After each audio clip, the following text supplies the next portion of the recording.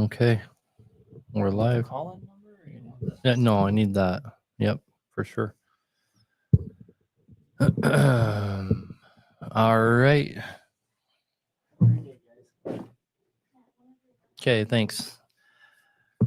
All right, how we doing, guys? Welcome back to another episode of Hack Nation Live. I'm your host, Aaron Bennett, of course, and today I have with me on the show Mark from Big Shop. Mark, thank you very much for coming down here all the way from Dallas just to do this show. Hey, man, thanks for having me. Tell us a little bit about yourself here. Well, hang on. First of all, guys, the call-in number. This is a call-in show. We want to involve the audience, and we want to try and help as many people as we can. That's why Mark came down here. We're going to do a joint effort here. The call-in number is 573-422-4225. If you're watching this on TikTok, we highly recommend that you go to YouTube or Facebook to watch it, because you won't hear the caller audio. If you're watching on TikTok, you'll just hear Mark and I's audio. So Mark, why don't you introduce yourself, and then we'll get this rolling. The phone lines are open. You guys can call in. So let's start getting some callers. Hey, I'm Mark Stillwagner. I'm owner of Big Shop Diesel Services out of Mansfield, Texas. Been turning wrenches all my life. I met Aaron through social media and the Bennett brothers, Bennett Media, and he invited me down here, and it's a real pleasure to be here. Cool, man. So again, guys, if call-in number is 573-422-4225. There's currently nobody in the queue right this minute. So if you call in, you'll be the first caller. We'll take you right away. Mark is, he has a heavy diesel mechanic shop, like myself. He operates out of Dallas. And he does a lot of more high-end stuff, performance stuff. You've done a couple of those twin turbo setups from PDI, haven't you, recently? Yeah, we do quite a bit of those compound turbo setups from PDI, and they really make a difference on those engines. Getting your, he's like, everybody wants horsepower, of course, but they don't know how to get their exhaust temperatures down. So that's a good fix for that. And we do have a caller. We'll get to you here in just a second. Again, guys, it's 573-422-4225 to be a part of the show. So I've never done one of those compound setups before. They don't make you nervous at all or anything like that? No, they don't make me nervous a bit. Actually, it's like driving a pickup. It makes them come alive. They actually get the air to fuel, and man, when they see that air, they start fueling, and it takes off, and it gets the, like I said, it gets the heat out of the head, gets it out the exhaust pipe, and it won't overboost. It controls it. It's all set up good. I know that the comparison between like a 6NZ and say your BXS Acer, that's exactly the same case. With the twin turbo setup, I mean, by the time you got to the MXS, they weren't even putting pyrometers in the trucks anymore, because they just don't need them, right? Because they flow good, yeah. Right. So, okay, let's go ahead and take a call. Are you ready? Yes, sir. All right. Hi, you're on Hack Nation. Can you hear me? Hello. I think so. Oh, is that me? Yep, we can hear you. What's your name? I'm Krabby.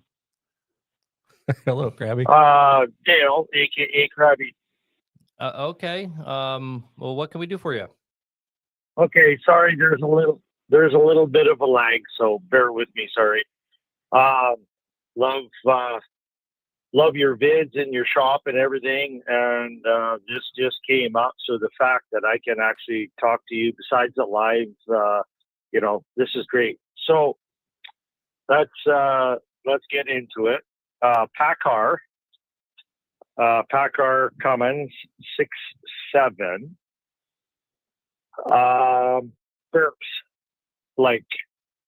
burps a lot. It is deleted. What causes that?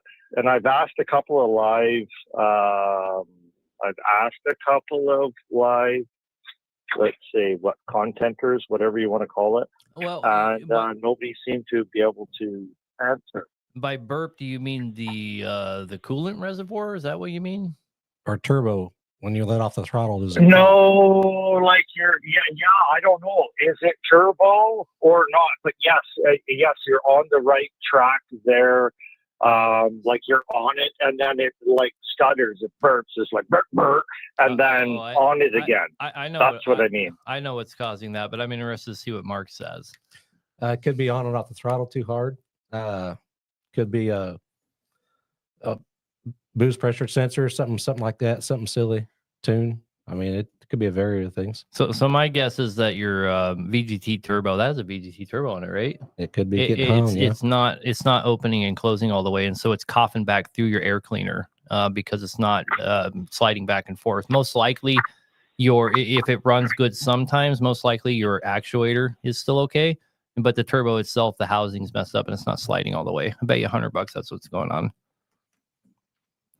Yeah, you need. So to recap, you need to get a short turbo, throw it on there, reuse your actuator, and obviously it'll have to be recalibrated. And I bet you $100 your problem goes away. That, or just take your actuator off and see the throw on it and see if it's bound up. Yeah, that too. You can self test it, make sure it's okay. But that's where I'd start for sure, and then kind of look at. Well, I mean, I don't really know what else it could be other than that, really. If it's coughing back through the air cleaner, that's why that's happening. It's getting hung up. And I literally owned a Packard myself that did the exact same thing. Okay. Okay, so you question one more. You wouldn't think it would need like a valve set, or you know what I mean, like a reset of valves? You have to remember, anything we say here is a guess, right? It's not here in either one of our shops or anything like that, but it's an educated guess. I literally owned that same engine and was having that exact same problem, right? And we see this problem with no, I totally respect you. It was just another question. No, I understand, but that's a question probably and I don't neither know. of us can answer. I think a valve would be constantly doing it all the time instead of just intermittent it. Yep, 100%. Mechanical issues like that don't come and go, for sure. I appreciate you. Taking the call. I really do, and thank you very much. Following you. Yes, sir. Following you. Have a good night. You as well. Thank you.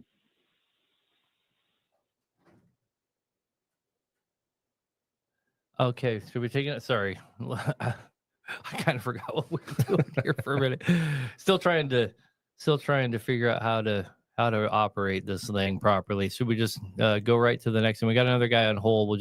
He's already been on hold for 4 minutes. Again, guys, it's 573-422-4225 if you want to be a part of the show. Can you hear me? Yeah, I can hear you. Can you hear me? Yes, sir. What's your name? All right, my name is JR. Okay, JR, what can we do for you? So I'm calling you out of Greeley, Colorado. I had a couple of questions. So I'm kind of getting sketched out because I got a C15 Acer. And well, first and foremost, I want to thank you two gentlemen and your families for your guys' education you guys provide on the internet. I know speaking on behalf of my family, it really helps out. You guys send a sense of security and just the simple things that you guys talk about. Thank you, man. Appreciate you guys.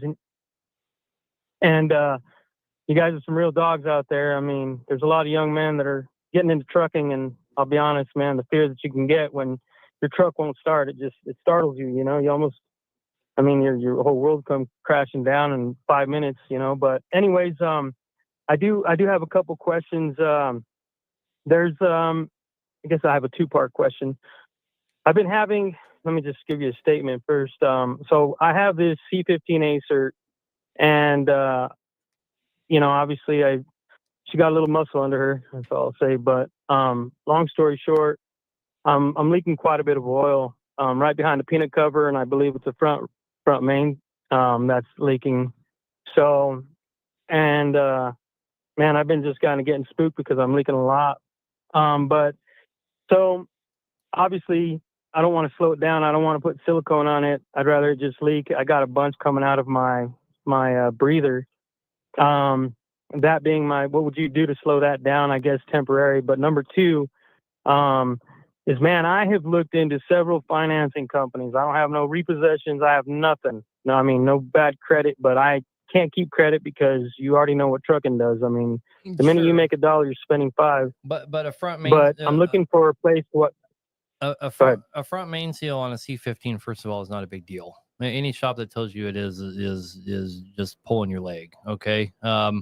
Depending on the configuration of the truck that it's in, that could be as little as a 4-hour job by somebody that knows what he's doing. I mean, in all reality, right? It's more like a 6-hour job, but even if, right, the seal's only, $85 at most, right? So you're not talking about something super serious there. We're not talking about mortgaging the farm and going to the bank and pulling out a loan, I would hope. I mean, we probably need to stop trucking if we can't do a front main seal. I'm not trying to be rude, but front main seal shouldn't be this big crisis. And Mark may know some things I don't know, but there's no amount of silicone or anything else you can do to front main seal. No, I wouldn't. Yeah, just get in there and find a reputable shop that, pop that seal out. You don't have to even pull the radiator out on some models. And, it's an inexpensive fix there. So it's nothing to scare you from. Especially on your cats. The cats are pretty forgiving doing the front main seal. If it's on a 379 Pete or something, we usually quote it for 4 hours. It's in and out and it's done. But you have a whole nother issue there, though, which is your blow-by. And I want to touch on that super quick. But we have no callers in the queue, which is weird. Last time it was, we just got a caller. But anyway, the number again, guys, is 573-422-4225. If you hang out in the queue, we will get to you. But I wanted to talk about your other problem real quick. First of all, you told us that the truck's turned up. We know that, right? And now you're experiencing blow-by. Blow-by only happens from a very small amount of reasons. Blow-by is going to happen because you have a broken ring, or a liner is compromised, or some combination of those things, right? So if you have excessive blow-by going on, you have an engine problem that needs to be taken care of. And so many people don't understand why blow-by is so detrimental, but it's so detrimental because you have all that combustion gas going down into the crankcase and it compromises your oil. Blow-by doesn't ruin your engine by itself. It has to compromise your oil, and your oil stops lubing the valve train and the main bearings and this and that. And then you see guys with a giant rod sticking out of the side of the engine because they had really bad blow-by, but it's actually because of the oil. So if you're in this position where you need to get your truck in framed or something, guys, and I'll pay attention to this now, you can, take this with a grain of salt as well, though, but you can drag out your repairing your engine by just changing your oil change intervals to like 3 or 4 or 5,000 miles, depending on how much oil you're consuming. If you're consuming 3 gallons and 10,000 miles, you probably need to start changing your oil at every 4,000 miles. Get with a shop that'll let you pay for the parts, and then, set up. Maybe you drag it out 6 months. I had a BXS I drug out for 2 freaking years, just changing, because the contract I was on, I couldn't afford not to have trucks on it. And it was slobbering everywhere, but I just kept up on the oil, right? And that's literally, you need to fix it. But, you're talking about financial issues and this and that. Well, you can, there are avenues that you can drag that out if it's just a blow-by problem. And maybe go to a bank, and if your truck's paid for, give them the title, and they can, help you out there on that end of it. And I'm glad you said that, and I'm glad you brought that up, because like I was telling you, trucking and the industry, man, I got no debt and everything's paid off, other than I have the truck paid off. It's an 06 and it's in good condition, but obviously I've got 2 new rears. From Inland Truck parts, I got 2 new rears. Obviously I got 1 year left on the warranty. I got a transmission that is still under warranty, so it's actually in good condition from where it came from. But that brings me to my next question. I'm glad you mentioned that, because we're trying to get finance, but we can't find anywhere other than CAT. But I don't want to go to CAT. I don't want them to throw a reman head on it, because I asked them, can I put a 4-stage head on it? No, we're not tuning it up, man. We're not doing that. And it's like, come on, man, let's just get the truck running. We're pulling the Rocky Mountains. We're always up on Loveland Pass, which is trash, and it's like, man, you need that horsepower, and even going up Rabbit Ears in the Steamboat, it's like, you can't, you'll be 425. It'd take you 3 hours to get over there, just over the hill. But if you guys can guide me, I'd appreciate it. And if you can even let me know, where can we go to do something like that? Because I'm sure I'm not the only one that's wanting to ask this question. So we're hoping soon, when we drop our product line here in the next couple of weeks, that it's structured where we're going to have in-house financing, and that is something the industry desperately needs. But barring that, right? That hasn't been realized yet. So let's pretend like that doesn't exist. Kind of the way that we do it now, and I'm just like giving a suggestion to other shop owners and stuff like that.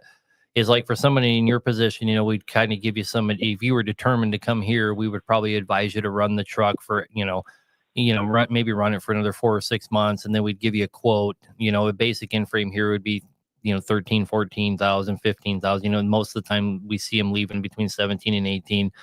In any shop's price might be different. You'd have to factor in travel and all that. Of course, we may not be the best deal. I'm not even trying to pitch you the best deal. What I'm saying is the way we structure it is you would pay for the parts up front, and then you wouldn't pay us for the labor and all that until you were leaving with it, right? So like if you followed us on TikTok, Bob and Deborah, they're pretty big on TikTok. They came here, and we got a lot of grief because we got them in as soon as they got here, and it was, oh, they're special, they got to be front. But actually they'd been on our schedule for 3 months, right? They'd bought the parts, and then they saved up the money to do the other part. So that's kind of how we help guys in house, if they're in a position where their truck can continue to run, if they take the right steps for that, and you could be pulling oils. There's things you could be doing. You could be pulling oil samples. You could be upping your oil change intervals based on those oil samples. So there's things that you could be proactively doing, but we probably need to wrap this one up. You've been on with us for 8 minutes, and there's like 10 people in the queue. So we want to start running through them. Is there anything else we can do for you? Well, no, man, I appreciate you guys. And, I usually, like I said, if I can be one of those first customers, man, I'd really like to. If there's anything you guys can I send you an email? I mean, can I send you something to where maybe 6 months down the line that happens? I'll be honest with you. You can get a hold of our offices that way, but I don't want to use this show as a platform for business. I don't want to try and sell anybody anything. You know what I mean? We're trying to help people. I'll get you, man. Thank you, guys. Right. Yes, sir. Have a good night. Thank you for the call. You already have. Thank you, guys, for what you both do. Thank you. Yeah. Again, guys, this show isn't geared trying to promote my business or Mark's business or anything like that. Mark is down here. Thank you again. Just giving his own time. We're just trying to give back to the community. Like Mark said to me earlier, this community gives me everything. So, why not come down here? So you ready for the next caller? I'm ready. Okay, let's go. Can you hear us? Yeah, you there? Yes, sir. What's your name? Hello? Hey, my name's Whit. Okay, what can we do for you? Well, got a question for you. The other day, I got a 2015. It's a Chevrolet 2500 Duramax. And the check engine light came on. And by the time I got it somewhere to check it out, it was already off. They told me that it was the number 8 turbo injector. Y'all got any... do you work on? What's your thoughts on that? We do it. We work on a little bit of the medium duties or the pickups like that, but not enough to. If it says it's a number 8 injector, and I would, it's probably intermittent. If it's gone off, I would just keep running it and see if it comes back. If it starts coming back more frequent, then it's going to be easier to diagnose. Here's the one suggestion I would. Okay. So this is Aaron. We don't do any medium duty stuff unless it's in a piece of equipment. Like we have a couple medium duties in here right now, but that's not even medium duty. That's light duty. And so like we'll do a 5.9 and stuff like that, but it would be in like a sprayer or a pump. You know what I mean? So it's going to be an industrial engine. So we don't mess with anything like that. But it's still a diesel engine. Okay. So here would be kind of my rule of thumb. Like if I was diagnosing this thing for you, what I would say is it intermittent? If it's intermittent, then it's probably not it's not an injector problem. It's probably a wiring. It's probably a wiring harness issue because mechanical problems, as Mark pointed out earlier, they don't come and go, right? So if it's a mechanical problem, it's going to be all the time. So if it's intermittent, it's probably an electrical problem, internal harness or something like that, or a sensor. Wick and oil or something, yeah. Or even the solenoid on the injector, depending on, I don't know if it's a direct injected or what. I don't own a Cummins Duramax, or I mean a Duramax. So I have owned a Duramax, but man, that's been 15 years ago. I don't even remember what they look like. So okay. So there you go, man. I appreciate the call. Hey, I appreciate what y'all are doing. Thank you, guys. Yep, y'all be good. Have a good night. Okay, again, guys, the call-in number. The call-in number is 573-422-4225. And again, I have Mark from Big Shop down here with me, giving up his time. We'll go ahead and take another caller. Yep. Okay, let's go. There's quite a few people in the queue, but we will get to you guys. Hi, can you hear me? Yeah. Welcome to Hack Nation Live. What's your name? Jordan. Hi, Jordan. What can we do for you? I have a 2003 Peterbilt. It has a C15 Caterpillar, and it's been doing great. But I'm thinking of building a motor at home to do a swap out when it's time to freshen the motor up. I can just unbolt it, bolt the other one in, type of thing. Mm-hmm. Had a question on what your opinion was on there's a C17 build I've seen done before. I mean, I have some. And if I understand, Sorry, go ahead. yeah, that's a C18 crankshaft, I believe, in there with different pistons. There's one company out there making a C17 kit, I do believe. I'm not real familiar with it. As far as the C17 goes, I've personally never built one in our shop, but I've heard of guys that's starting to get more popular out there. As far as that goes, I don't know if it's going to be a new thing coming. I'm not real sure about that. I have an opinion on it. The inherent problem, the C16 line of engines was very short-lived as well. And that's mainly due to the fact that they didn't last like your C15 models did, right? So like when they came out with the 6 1/4, that wasn't a C16. That was a C15 built to a 6 1/4, right? Your C18s are exclusively in an industrial application. I personally think when you get to a C18 that they don't last on an on-highway application. They were never designed for that. The C17 is just a C15 platform that is overboard and oversized to accommodate the leaders to make it a C17, which has made the entire structure weaker. I think that a guy done properly, I know for a fact, Mark can make you a C15 that will walk the damn dog on your C17 all day long and be a more reliable engine. I can too. Okay, I can too. So that's my opinion on that. I think that the guys are trying to reinvent the wheel here. A C18 was never meant to be a variable torque engine. So a C17 is not a cure to that problem. The C16 was already having problems from being a variable torque engine. It was hard on it, and they had to be rebuilt way more often than the C15. It was a weaker engine. That's my opinion. I think you should stick with a C15 and build a strong platform that kicks ass. Yeah, I agree. 100%. That C16, Yeah, too thin aligners, and Yep. they just have a problem with braking. And that's exactly what they did with the C17 is they made it a thinner liner. So you were asking for problems. The same problems they inherently knew was wrong with the C16 platform. Okay. So what would you recommend for sourcing out a block to start with? Like, would you recommend going to an assert block over my 6NZ block, or what's the best platform to build on? I mean, so here's the thing you need to understand. All the cranks are the same. All the liners are the same. It's basically all the same, right? Your crank in your ACERT only changed on the rod journal. So you can drop an ACERT crank in that 6NZ and vice versa, right? So your block platform of your 6NZ and your ACERT are basically identical. You just might have to change the front gear on it if it's helical cut or straight cut. Depends on what year you have. And the cam gears can all be different. Yeah, and then you can just change your rods and change the crank, and you've got an ACERT bottom end. Yep. Because you can get 6NZ monotherm pistons for ACERT rods, right? So you could change your 6NZ to an ACERT on the bottom end. Exactly. With keeping the lower compression ratio, then. Yep. Yes, it would still be a 6NZ with a 16-to-1 compression ratio. It would still be a 6NZ. Would just have an ACERT crank and rods. Okay, I think I'm probably going to go that route then. 10-4, buddy. Well, hopefully helped you out. You have a good night, and thank you for the call. You too. Thank you.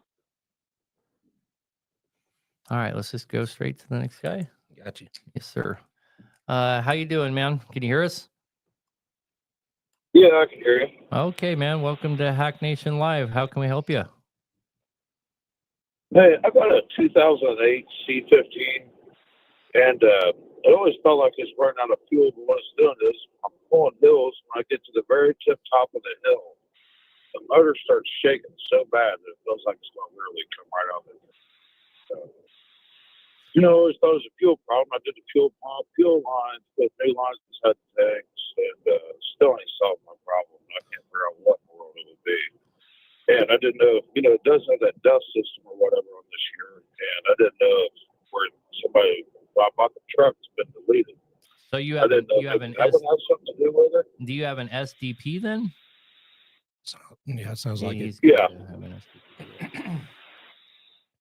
So is this on the torque side of things when you're pulling the hill? Is it when it starts doing it, starts shaking when you're under, like, what RPM is it starting to do this? Yeah. Probably around 1,500. And, but like I say, when it's only doing it when I get to the tip top of the hill, pulling the load. Now, Bob Johnson said runs like a scolded dog. Going down the road, runs great. But every time I pull a big hill, when I get to the top, man, the motor starts shaking so bad, like it's going to come out. Is that when you're letting out of it because you've crested, or? No, but I still got my foot in it when I'm getting to the top. Right. So your truck doesn't know when you're about to get to a top of a hill, right? So that's got to be circumstance related. Yeah, but It almost sounds like your I pilot pull bearing. the same hill. Like, how old is your clutch? It almost sounds like your input shaft is chattering in your pilot bearing when it's starting to torque up. Does it run like shit? No, it don't run bad. Like when I'm pulling the hill and stuff, just when I get to that top, man, right before it's the same hill every damn day, and when I get to the top, it just starts, it just starts shaking. So but it still runs fine while it's shaking. Yeah, it'll lose a little bit of power, but it just starts shaking. But pretty much it's fine. It'll keep going, but man, I usually let my foot out of it and just very much tear something up. Yeah. And then once I do crest the top of the hill, so when I go down the other side, I have to coast down the other side, and then it comes out of it. I just goes down the other side. That's great. You know what that sounds like to me? It sounds like his exhaust is plugged. Yeah, whoever did your delete, they might not have emptied that can out or bypass that. It might be plugging up and it's got back pressure. Yep, that's what it sounds like to me. Like it's got massive back pressure. I had a BXS that didn't have the catalytic converters deleted on it, and it was doing that to me. And when I got to the top of 42 Mile on the Dalton, it actually blew the exhaust off the bottom of the truck.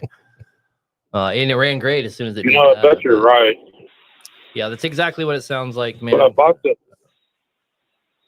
truck, the guy said it was deleted, but he said they left the filter in there. They didn't put no holes in it or do nothing to it. I pretty well.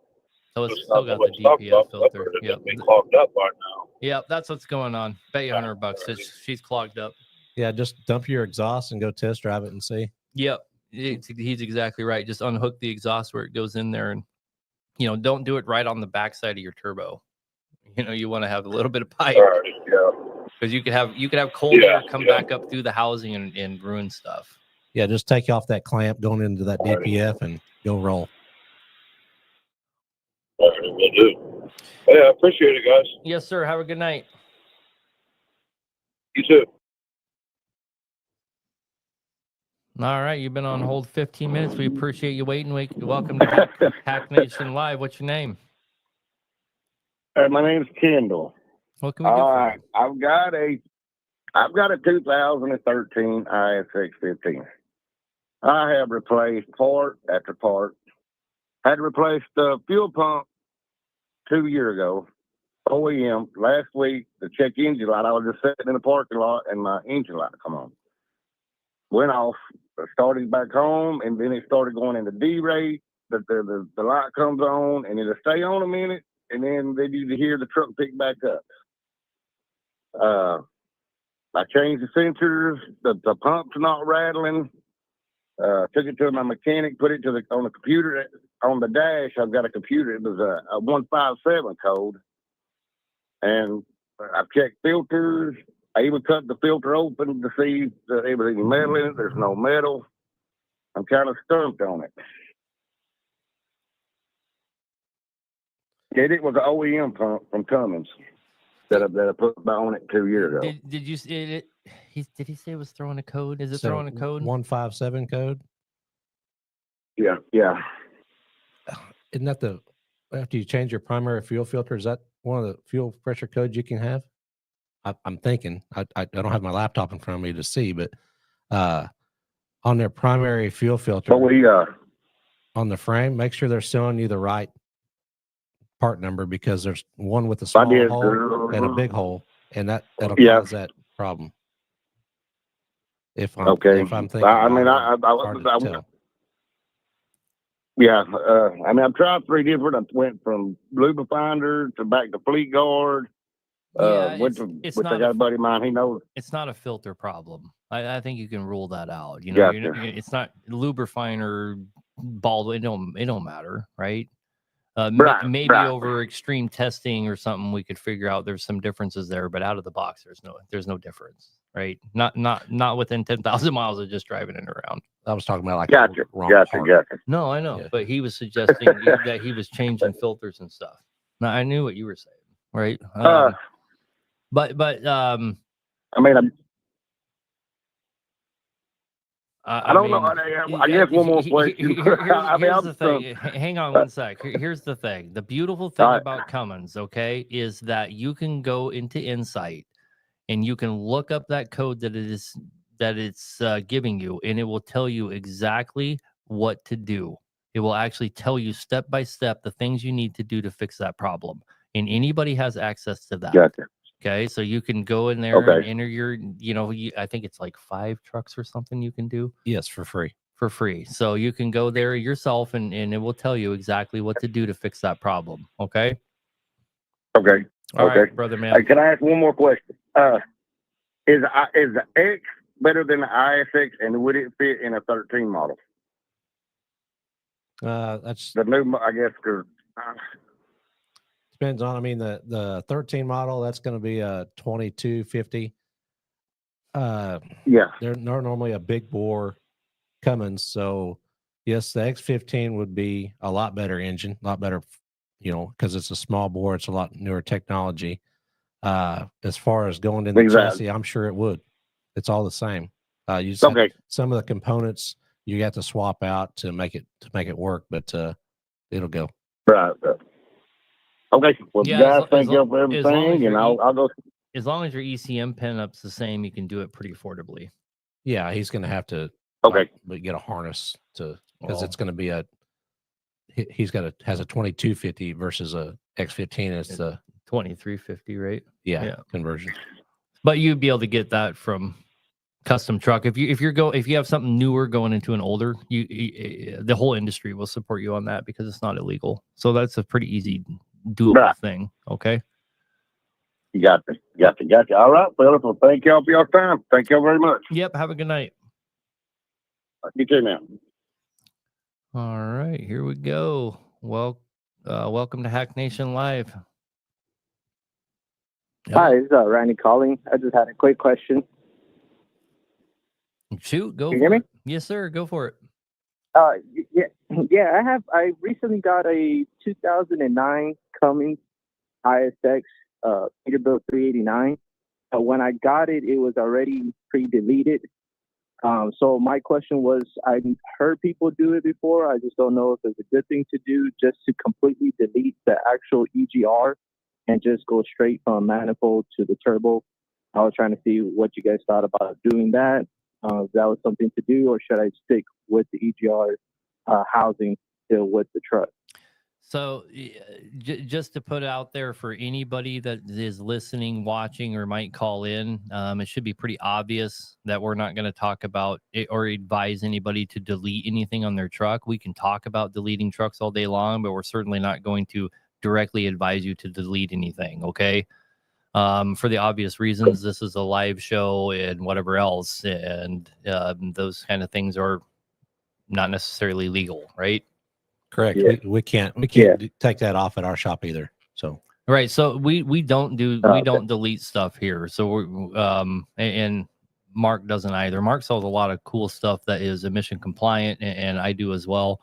You know, and we're I think both of us agree on keeping them emission compliant if at all possible. And we understand why guys do delete them, but we don't want to be involved in that, especially on this show. You know what I mean? Yeah, no, I get it. I was just trying to see, No, you know, what would be the best thing to keep the truck running better, to either just get rid of it or keep it. But I get it. I appreciate it. Here's what I'll tell you. So, okay. So here's what I know. I know that the EGR is designed to reduce NOx emission by reducing the intake temperature or the combustion temperature by up to 20%. That is the entire function of it. It introduces exhaust gas into the combustion chamber to cool the temperature. That piston design is designed to account for that and has increased pressure. So when you delete the EGR, you are increasing the internal temperature by up to 20%, and you are now operating on a piston that was not designed for that kind of compression. And it wreaks havoc on the liners, and it cracks out the heads. The liners walk, the heads crack out. I don't care what anybody at any truck stop says. That's the facts, okay? Mark, you agree? Okay. Yeah, I appreciate that. I want to get Mark's take on that. Do you think No. that's a true statement? no, it is true. It does cause a little bit more heat internally where it's not really being read at. It's Yep. but when you tear an engine down, it tells a story. You can see it in there. Yeah, it wrecks them. You know, and if you do have a deleted EGR, I'm a huge believer, and I know Mark is too, for a fact, that the intake that PDI makes for those things and their exhaust, that's hands down the best thing you do for it. Guys call me for tuners all the time, and I'll say, well, before you talk about the tuner, let's talk about your intake and exhaust. That's money much better spent. And if you're, you know, and if you want to add a tuner after, that's when you do it. You don't do it first, right? You got to get that air moving. Yeah. And see, and that's what I was, like I was saying, I was just trying to figure out what the situation I already have, since it was already pre-deleted, to what to make it better, because I knew that part about the temperature rising. So I was like, well, if I get rid of the exhaust, the EGR, and I put a bigger oil cooler and the intakes, would that make a bigger difference doing that, or just leaving it alone and trying to figure out something else to make it run better and run smoother and cooler? That's what we're trying to tell is you can do all those things and leave that stuff intact, right? You don't have to get rid of. It's not either or. It's not either or, right? Yeah. Okay. All right, my friend. Okay. All right. I appreciate that. Thanks, guys. Yes, sir. Have a good night. And you know, one of the biggest problems is guys never clean the EGR, right? And we have a company that will come here, take the EGR, clean it, and they bring it back, and it's like $300. Yeah, your local radiator shop will flush it out for you, or you can, you know, in the wash bays, whatever you need to do. Yep. Solvent tank.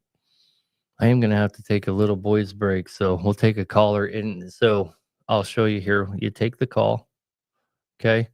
And then it pops up here. Don't do the pink one on accident, but it pops up here, and that's how you drop it, okay? And then you can go to the next one. Welcome to Hack Nation Live. Hello. Hey, how y'all doing tonight? Good, man. What's your name? Hello. Marvin, how y'all doing tonight? Good. What can we do for you? Oh, I got an 86 W900 with a 3406B model cat in it. I'm going to redo the truck. I'm, not running right now. My question was, would it be good to rebuild the 3406B or upgrade the system to maybe like a 3406E or maybe a C15? Because I know I can get the wiring harness from, I believe, Custom Trucks for that model truck. Just wanted to get you guys' take on that. Well, it's kind of your decision on that because of the nostalgic of that truck. Are you going to be using it every day, or are you going to actually go out and make money with it? If I was going out and making money with it, I'm gonna go out and make. I'm gonna go out and make money with it. It's gonna be a working truck. Because there's not a lot of, I guess in my area, not too many mechanics around that can work on the B model. It's just my Yeah, Just that is just correct. trying to get They professional. they are getting far and few in between on finding shops and personnel that can be working on the B models. Those guys are all done retiring and passing it on. So Yeah, guys bring them to us from everywhere because they can't find people to work on them. yeah, it's actually a problem. So I would suggest putting the Is it that much a problem wiring it up? Putting the new, putting the pin system into the Yeah, have ECM. Is you it ever that done it? difficult? yeah, no, it's not bad at all. It's not bad. Yeah, okay. I mean, I think it's a nightmare personally, but I've I've gotten the legacy harnesses and we've done the whole shebang. We took a old like big cam and then upgraded to like an N14, and it was a nightmare. But I mean, it worked. It did work. So, so I agree. Well, I would agree with Mark that it's doable. I don't know if I 100% agree that it's not a big deal. It's kind of a shit show. I would want somebody. If I was in your shoes, I would probably want to involve somebody that is experienced doing it. That's 100%. yeah. Well, it's not going to be a truck I'll be running coast to coast with. Just locally hauling hay and hauling some, a little bit of top or bottom, so not going extremely far with it. So here's what I do know: it'd be astronomically cheaper to fix what you have. Absolutely, yeah.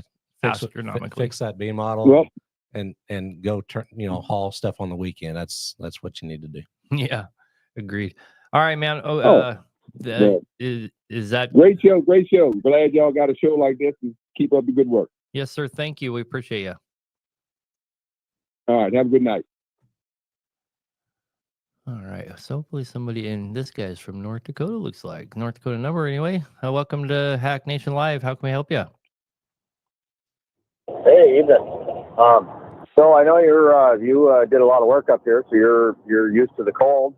So we got I work for a guy who's got a kind of a small fleet here. He's got a couple Detroits and a couple cats, and the issue seems to be is that we can't ever keep the cats running. They always seem to gel up, and I don't know if you're kind of a cat guy. It sounds like I watch a lot of your videos and stuff. And what did you do to keep your stuff going if you didn't have that issue? I mean, we even tried running like almost pure number one even, and it almost makes no difference. So we operated in Alaska as well for 7 years with 11 trucks, which is vastly colder than North Dakota, of course. But so if you have a regular C15 cat, it shouldn't be having gelling up problems while it's running, right? Because you return hot to the tanks. So the only time you're in danger, like in Alaska, because you would carry 400 something gallons of fuel spread across 3 or maybe even 4 tanks, is when you're opening to a new tank and that fuel's already gelled.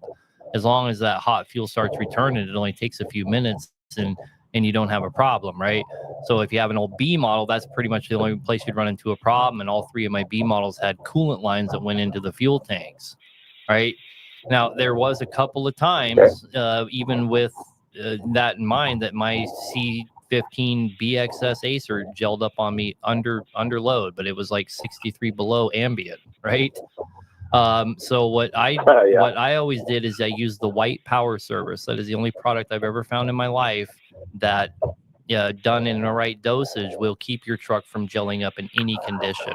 So I'm such a believer in that in North Dakota I had a 10,000 gallon fuel tank, and I would buy power service by the 55 gallon drum, and we would pre-add it to the tank and then have the 10,000 gallons put in, so it would pre-mix. And I would run number 2 all winter long and without any gelling problems, and save a bunch of money and have way better fuel than everybody else, because that power service has slick diesel in it and it has Ceatane booster in it, so you're actually getting something for your money. Okay. That's what we did in Kansas. Power service. What did you run in Kansas? The same thing. We had oil field company, and it gets a little chilly there too, but not as much as Alaska, that's for sure. But they'd run, treat your fuel, run your coolant into your fuel tanks in those blocks there, and just make sure your block heater's plugged in for when you do shut them off at night.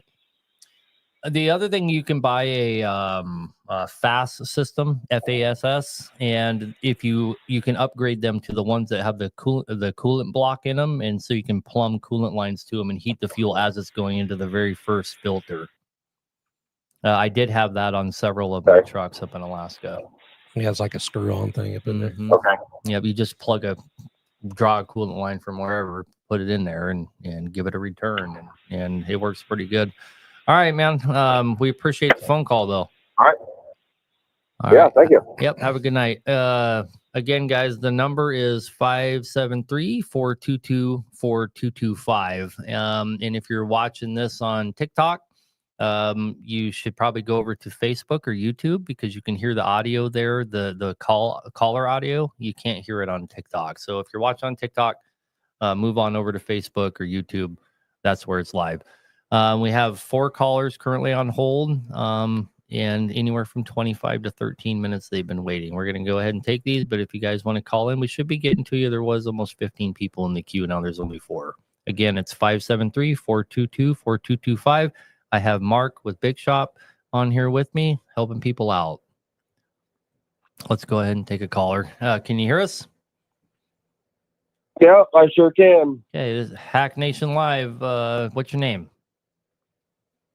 My name is Dallas, and I'm actually from Michigan, believe it or not. I know you guys are from Texas, so that might sound weird. What can we do for you? Well, first off, I wanted to say that I've watched, Big Shop and Hack Nation, Aaron and Mark. I respect both your guys' work with the Cummins platform. I work in Michigan, and we got, I don't know, probably a 20 truck fleet, mostly cat, but some burrito motors as well. So I guess the first thing is I got a 94 Kenworth T800. It's got a peak in it. I haven't heard you guys talk much about the peak platform. What do you guys think about that? A lot of guys take those peak. That's the where it's almost electronic engine, kind of partial on the cats. A lot of guys will take that peak stuff off and just change it back to a B model platform on the back of that fuel pump. That just happened with this one. So another question about that is I don't know, 3 or 4 so-called cat guys around Michigan have looked at this thing. When you fire it when it's cold, it's summer, winter, it doesn't matter. It blows white smoke like crazy, and it's fuel smoke, not antifreeze, not oil. And it does that. But once it's warmed up, runs like a rate tape, and it'll definitely, pump black smoke out too. So I'm just kind of curious. The truck's always ran okay, but it coughs and chugs, and so I was just kind of curious what your guys' take was on that. And it has been, like I said, converted to the B model style injection pump. Okay, so you got rid of it's not a peak anymore. It's old B model now. So I mean, you got to look at your time in advance. You need your weights in there have a lot to do with it. Also your nozzles, make sure they're healthy, and your overhead. So if it's warm out and it's still smoking a little bit white, it's dribbling a little bit. I don't know how old your nozzles are, but they're pretty inexpensive to pop those out and put new ends around the overhead, and as that should take care of they were supposedly redone with OEM cat stuff like 2 or 3 years ago, and the problem persisted. Okay.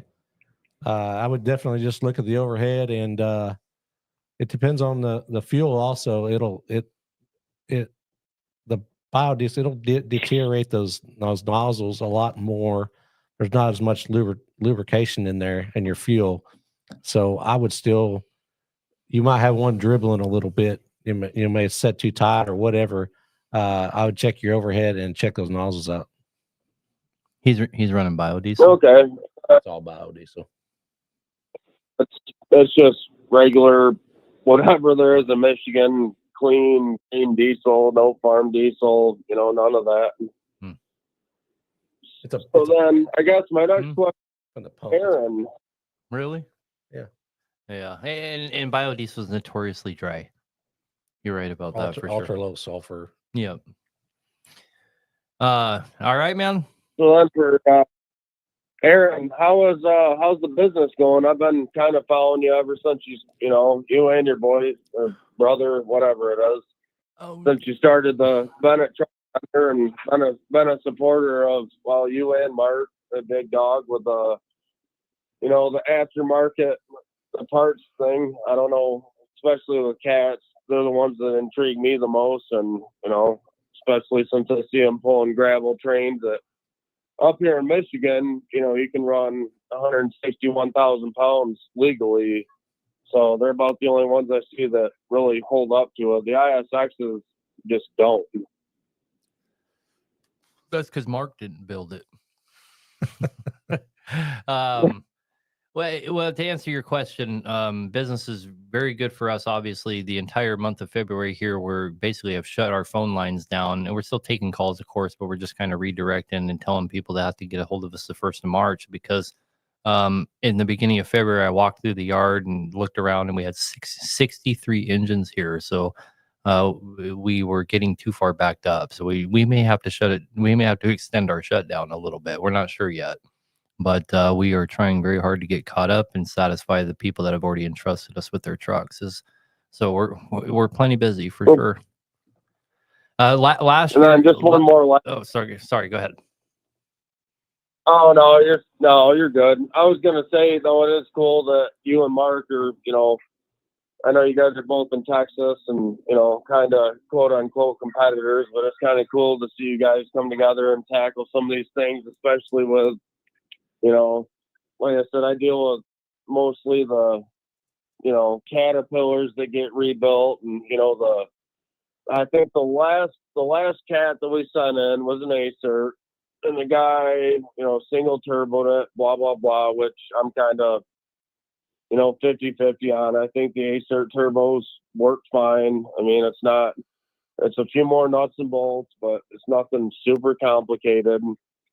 But that overhaul, and this guy was, supposed to be a cat genius. He couldn't get a couple of the head bolts out from the, I think it was in the rear. So then it turned into an auto frame. And then, but when that block and so-called head got back to the shop that I work at, I heated the hell out of it with a torch and put a 1-inch impact on it. And I got them last 3 bolts out, no problem. But then that, out of frame cost ended up being like $45,000. So I'm glad to see that, you guys tackle that. You don't have to have this cat platinum or, whatever kit. That the aftermarket is just as good, if not better, in a lot of.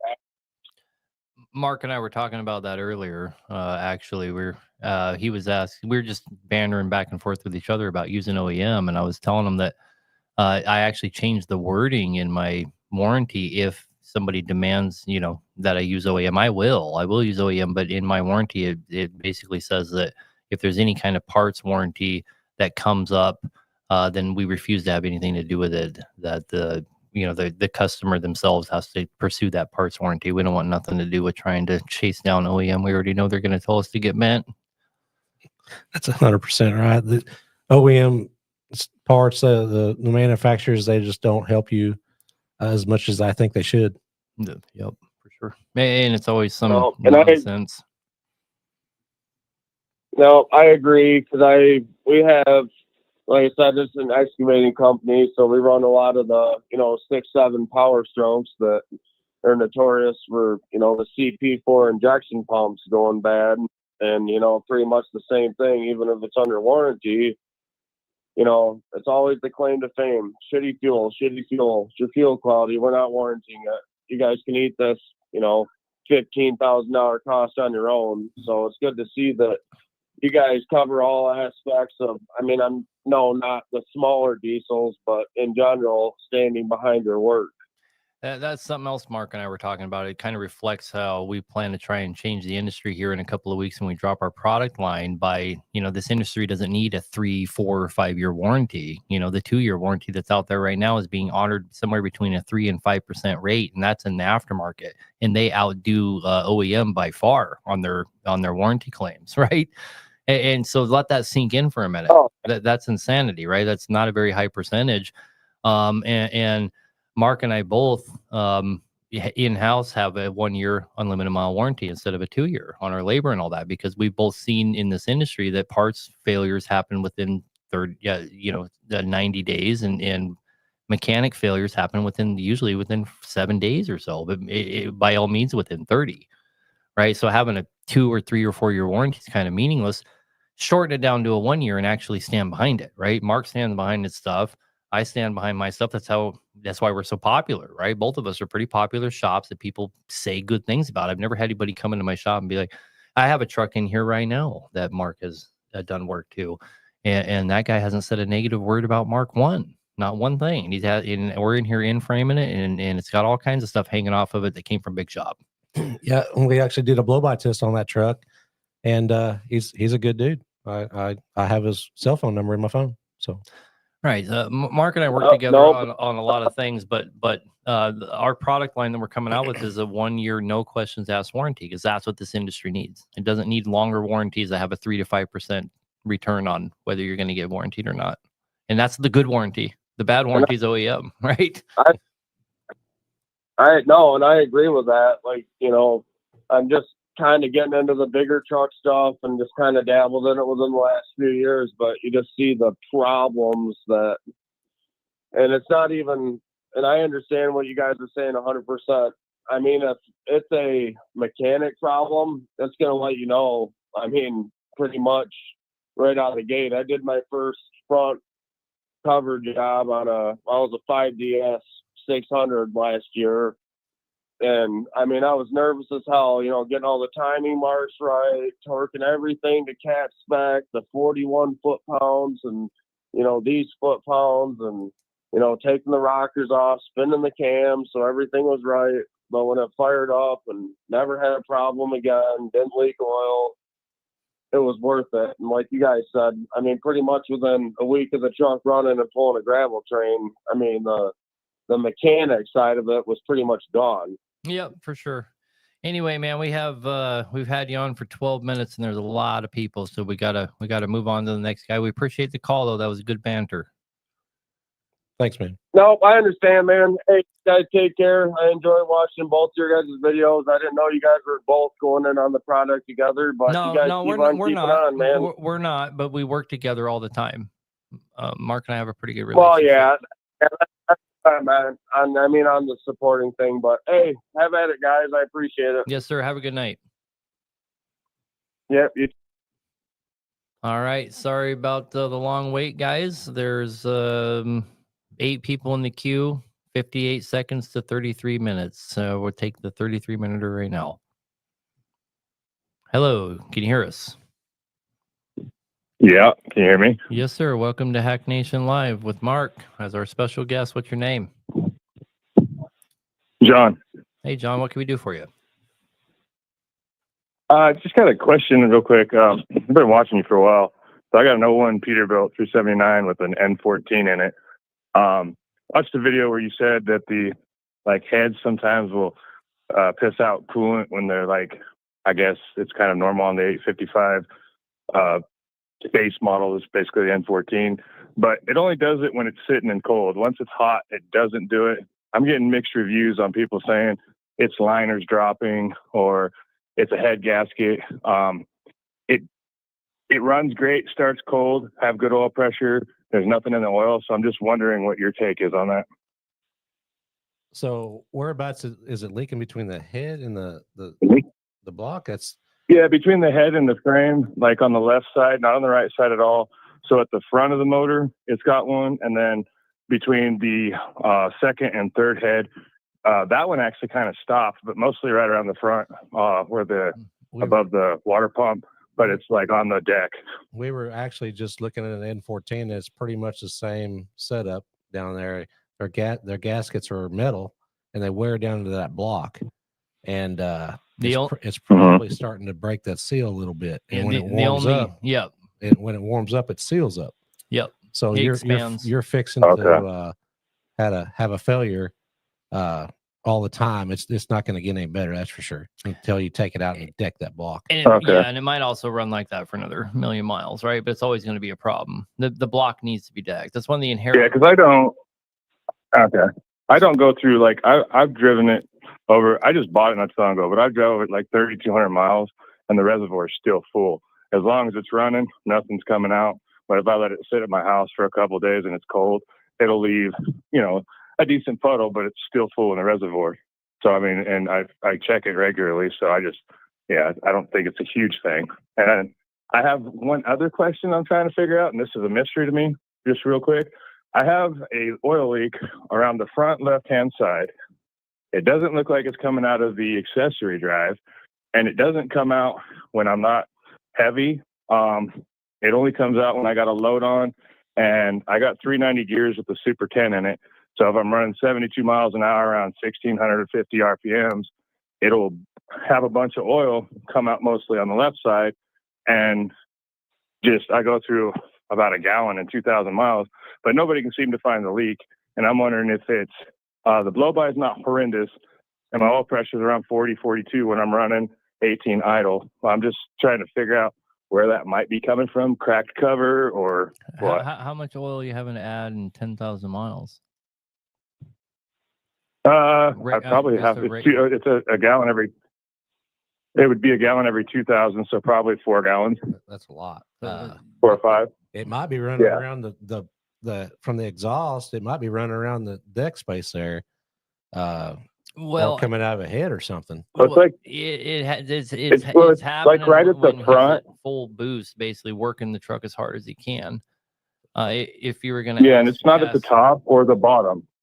Right. It's right in the middle, and the most where it sprays is to the left side off of the accessory, but the back of that pulley, and when it's But the what we know is that it's only happening when you're pulling hard. So in other words, when you're putting max amount of crankcase pressure or max amount of pressure down into the crankcase, and it sounds like it's pressuring up and blowing out. One of my guesses is that your engine's probably blown up. You probably have broken rings, and if you're adding a gallon of oil in 2,000 miles, that is an engine that is wasted. 100%. Yeah, you need. Dang. It's probably time to refreshen that dude up. You probably have a couple broken rings or swipe liner or something's going on there. And that would make it come out the front cover area. Well, yeah, under max load, yes. Yeah, all your compression is pushing it. It's your you get crankcase pressure, and it's going to come out somewhere. Right, you're getting a ton of crankcase pressure, and it's pushing it out anywhere it can. I mean, it wouldn't surprise me to find out your rear and front and rear main seals are leaking as well. And because every time it boosts up, it's getting so much pressure, it's popping every seal. Interesting. It's finding the weakest. It's finding the weakest spot. All right, brother man. All right. I appreciate y'all. Thank you, and you guys keep doing what you do. I appreciate you. Yep. Have a good night. Thank you. Man. I comment sometimes that one of the worst things about the job that you and I both have is everybody we talk to is, not 100% of the time, but 90% of the time they're at the end of the rope when we start talking to them, and then we possess the only thing that can fix the problem. So it's always this depressing thing. It's really depressing to be in our shoes, and every day everybody you deal with is always like this depressing thing going on. Yeah, they're not excited to be at the shop. Yeah, right. So sometimes, occasionally, somebody's in to do something fun, but it's pretty rare. Yeah, it's a man. My wife's gonna kill me. This is gonna cost a lot. Yep. So let's go ahead and take another caller here. Are you still there? Hello, is it my turn? Yes, sir. Welcome to Hack Nation Live. What's your name? Hey. Dale. I think we talked earlier. Oh, okay. What can we do for you? Okay. One quick question. Same truck. It's a Kenworth Packard, the 6.7. So colder temperatures here, plugged in. On initial start, it'll run for a very short time and die. And then crank it again, run for a little bit and die. And then crank it again, and then it'll run for a bit. Any idea what to look for? And I don't want to take too long because I know there's other guys, but I wanted to ask. So when you fire it up, it dies, and you crank on some more, it fires up, and then dies? Is that what you're saying? Yes. It sounds like your fuel's bleeding back to the Like- tank, and or you got you're sucking air, and when it finally builds enough fuel pressure to maintain it, you still have air in the system, but Will it eventually run? Oh yeah, it does run, and that truck runs strong. So it's a 2020 So what? 6.7 pack car, right? Once you crank it so many times, it will finally run and stay running. Yes. Yeah, and I don't crank it. I just crank it a little bit. It turns over, it flashes, let go, and then it runs for a bit, dies.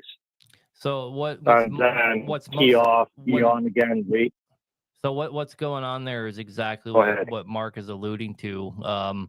So you have check valves that hold that fuel pressure against the injectors after you turn it off. It still has all that fuel pressure in your. Okay, so it's bleeding. Yeah, so you have a return and supply line check valves that make sure that pressure stays in there. And if either one of those is compromised, it will bleed off, and then you're trying to fill all that back up. And that's why it will run for a second and die, because it has lost all that pressure. Okay, perfect. I don't want to take any more time. Thanks again. I love you guys. Mark, I want to follow you. If somebody could put one of your channels up so I can try and find it to follow you. Thanks again, guys. I really appreciate it. Yeah, we should be sharing your handle. What's your handle on TikTok there? it's Big Shop Trucks, I do believe. Or you can go to find us on Facebook, TikTok, whatever. We're Big Shop Diesel Services on Facebook. I think it's Big Shop Trucks on TikTok. All right, guys. Again, the number to call in is 573-422-4225. And we still have a whole hour. Right on. You good to go? I'm good. Okay, we'll take the next caller. Been on hold for 34 minutes. Thanks for hanging on, man. Can you hear us? Yes, I can. Perfect. What's your name? Chris, how y'all doing tonight? Good, Chris. Good.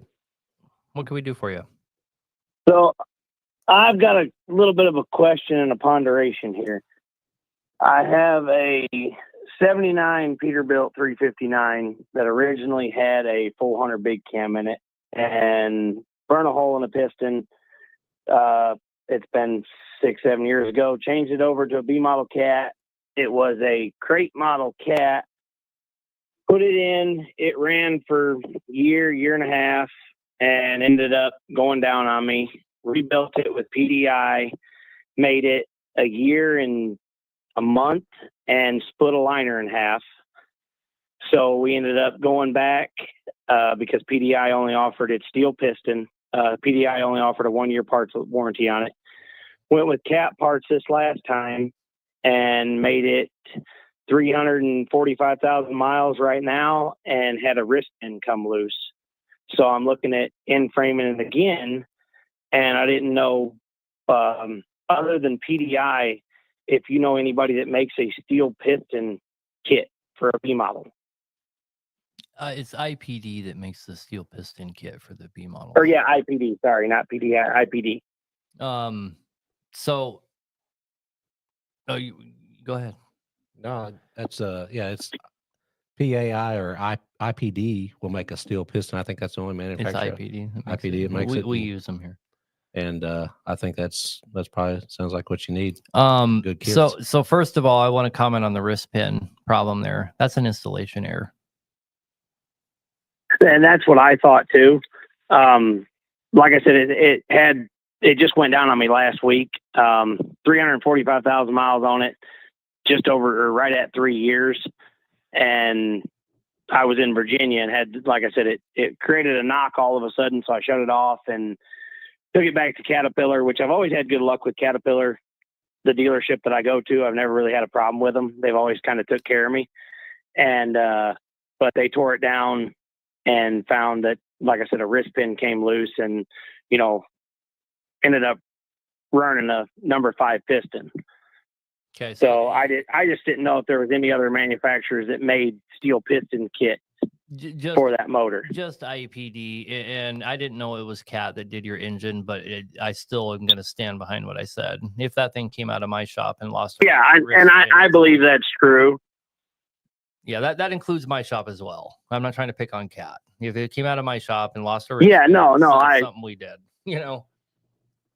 Yeah, I agree with that. It's just I was just trying to figure out which way to go with it. Like I said, I've had this motor's been rebuilt twice now. Like I said, the first time I rebuilt it, we did, like I said, with the IPD or PDI, whatever it is, and it made it, like I said, a year and 3 months or something like that, and it split a liner in half. It is a 4MTB model. That the split the liner in half or melted the piston out. No, it split the liner in half and filled the cylinder full of water or full of antifreeze. Okay, so you either putting way too much fuel to it or the liner heights were too high. So the engine's kind of a hodgepodge. It's a 34 or it's a 4MGB model with a round port head. I'm running a 78 132 board turbo with a I can't think of the name of the manifold that I have on it, and then which we have it turned up just a little bit, but it's not. I mean, it's not cranked by no means. I got a full tilt manifold, and the other thing I was going to ask you is so when I went from the 400 big cam to the B model, I could not fit an air to air, so I'm running it directly across from the turbo right in the intake. So I'm getting, there's no cool air. And I'm in the boat of right now. There's a company out of Minnesota. Hang on now. The B model that you have, is it set up like that where it's direct air, or was it supposed to have an air to air? So the truck I took it out of, it had an air to air, and that's why we thought it went down originally when we first built it. After I put it in the motor, and that's why we went with the steel piston. It doesn't matter what kind of pistons you put in. It's gonna get your intake temps are going through the roof. Yeah, you have to have air to air on there. So actually, the intake temps aren't that bad. I have a sensor on it. I put just a Amazon cheap sensor on it just to kind of because I was worried about the same thing on what kind of temperature I was feeding into it, and they're really not that high. But I am going to, after this rebuild, I am going to buy the kit from Dirks out of Minnesota. They offer a air-to-air and radiator kit for that truck. I mean, if you're running it without an air-to-air, there's really nothing else to talk about. You gotta figure that out, and then see if you're still having problems.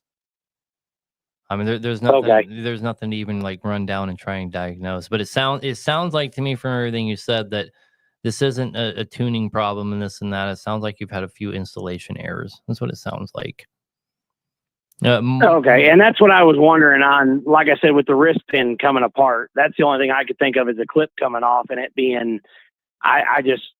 The only thing I could think of was an installation error on that. Not just the wrist pin, but all of it. The broken liner and all of that. That all sounds like installation errors to me, despite the fact that you're cramming air in there that has not been pre-cooled, which is not good at all.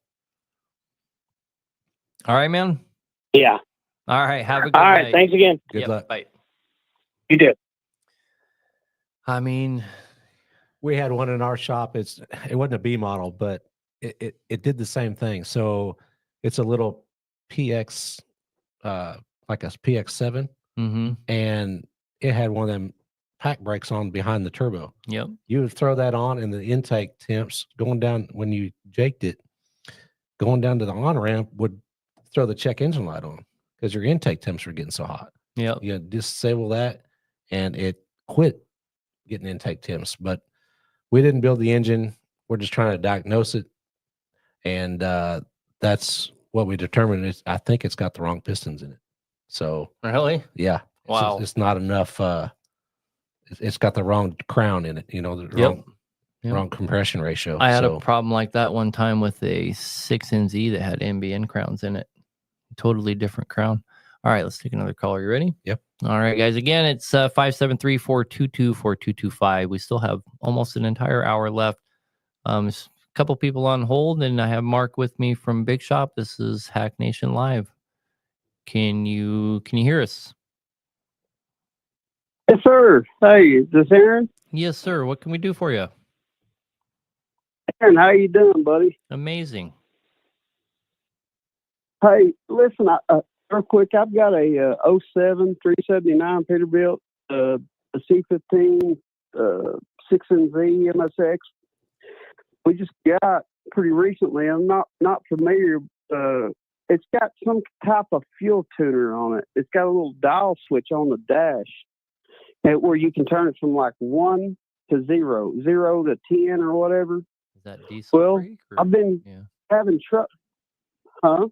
So that it's probably diesel freak stuff. It's something I've Googled this stuff, and I wasn't even able to find this switch because so hang on. What you have is diesel freak stuff and patched into your fuel temp sensor, and your intake temp sensor is a couple of resistors that go to a dial up on the dash. That stuff is absolutely garbage. We were just talking about intake temperatures. So your fan, your ECM has to read the intake temperature, and a lot of people don't realize that their fan comes on a lot of times just to cool the air and is not even trying to cool the coolant. It's just trying to cool the air, right? So like if you have a winter front, that's a conversation I used to have with all the guys that worked for me, because we always lived in the Arctic. We had to run winter fronts. Is no matter how cold it gets, you can't close the winter front all the way because the air to air has to breathe. You have to let the air to air breathe, right? So, and I kind of forgot where I was going with that. It makes it so going down the road, whether I'm empty, say I'm empty and I'm pulling into the wind, and I pull a pretty heavy trailer. If I'm pulling into the wind, loaded, empty, whatever with a load, my top pyrometer it jumps up into the red, and it automatically, and I've got the dial turned plumb down to 0. Yeah, because it's not telling your fan. It's not so. There's really not much to talk about. It's not telling your fan to come on, right? It's telling you that everything is fine. That's the problem. Get that trash off of your truck. So it's just an inline deal. Just unplug it and plug it back in the harness, the OEM sensor harness. Plug it back into your sensors. Yeah, it'll all still be there. Yep. You just unplug their trash and plug in the original stuff back in. So that's what I'm getting at too. So is there another harness or anything that I need to? No, it's in line. Because the guy we bought on your harness right now. We're answering your question. It's the fuel temp sensor and the intake temp sensor. Right now, if you go, and that would be located on the driver's side. Correct. Yep, both of them are on the driver's side. Your intake air temp sensor is the the right hand side of the cylinder head. For the intake goes in the side, it's usually on the right hand side. Occasionally it'll be on the left. Your fuel temp sensor is on the filter housing. It's the only sensor on the filter housing. Both of those, I bet you $100, are plugged into an accessory Deutsch connector, and you just unplug it and plug them back in where they go.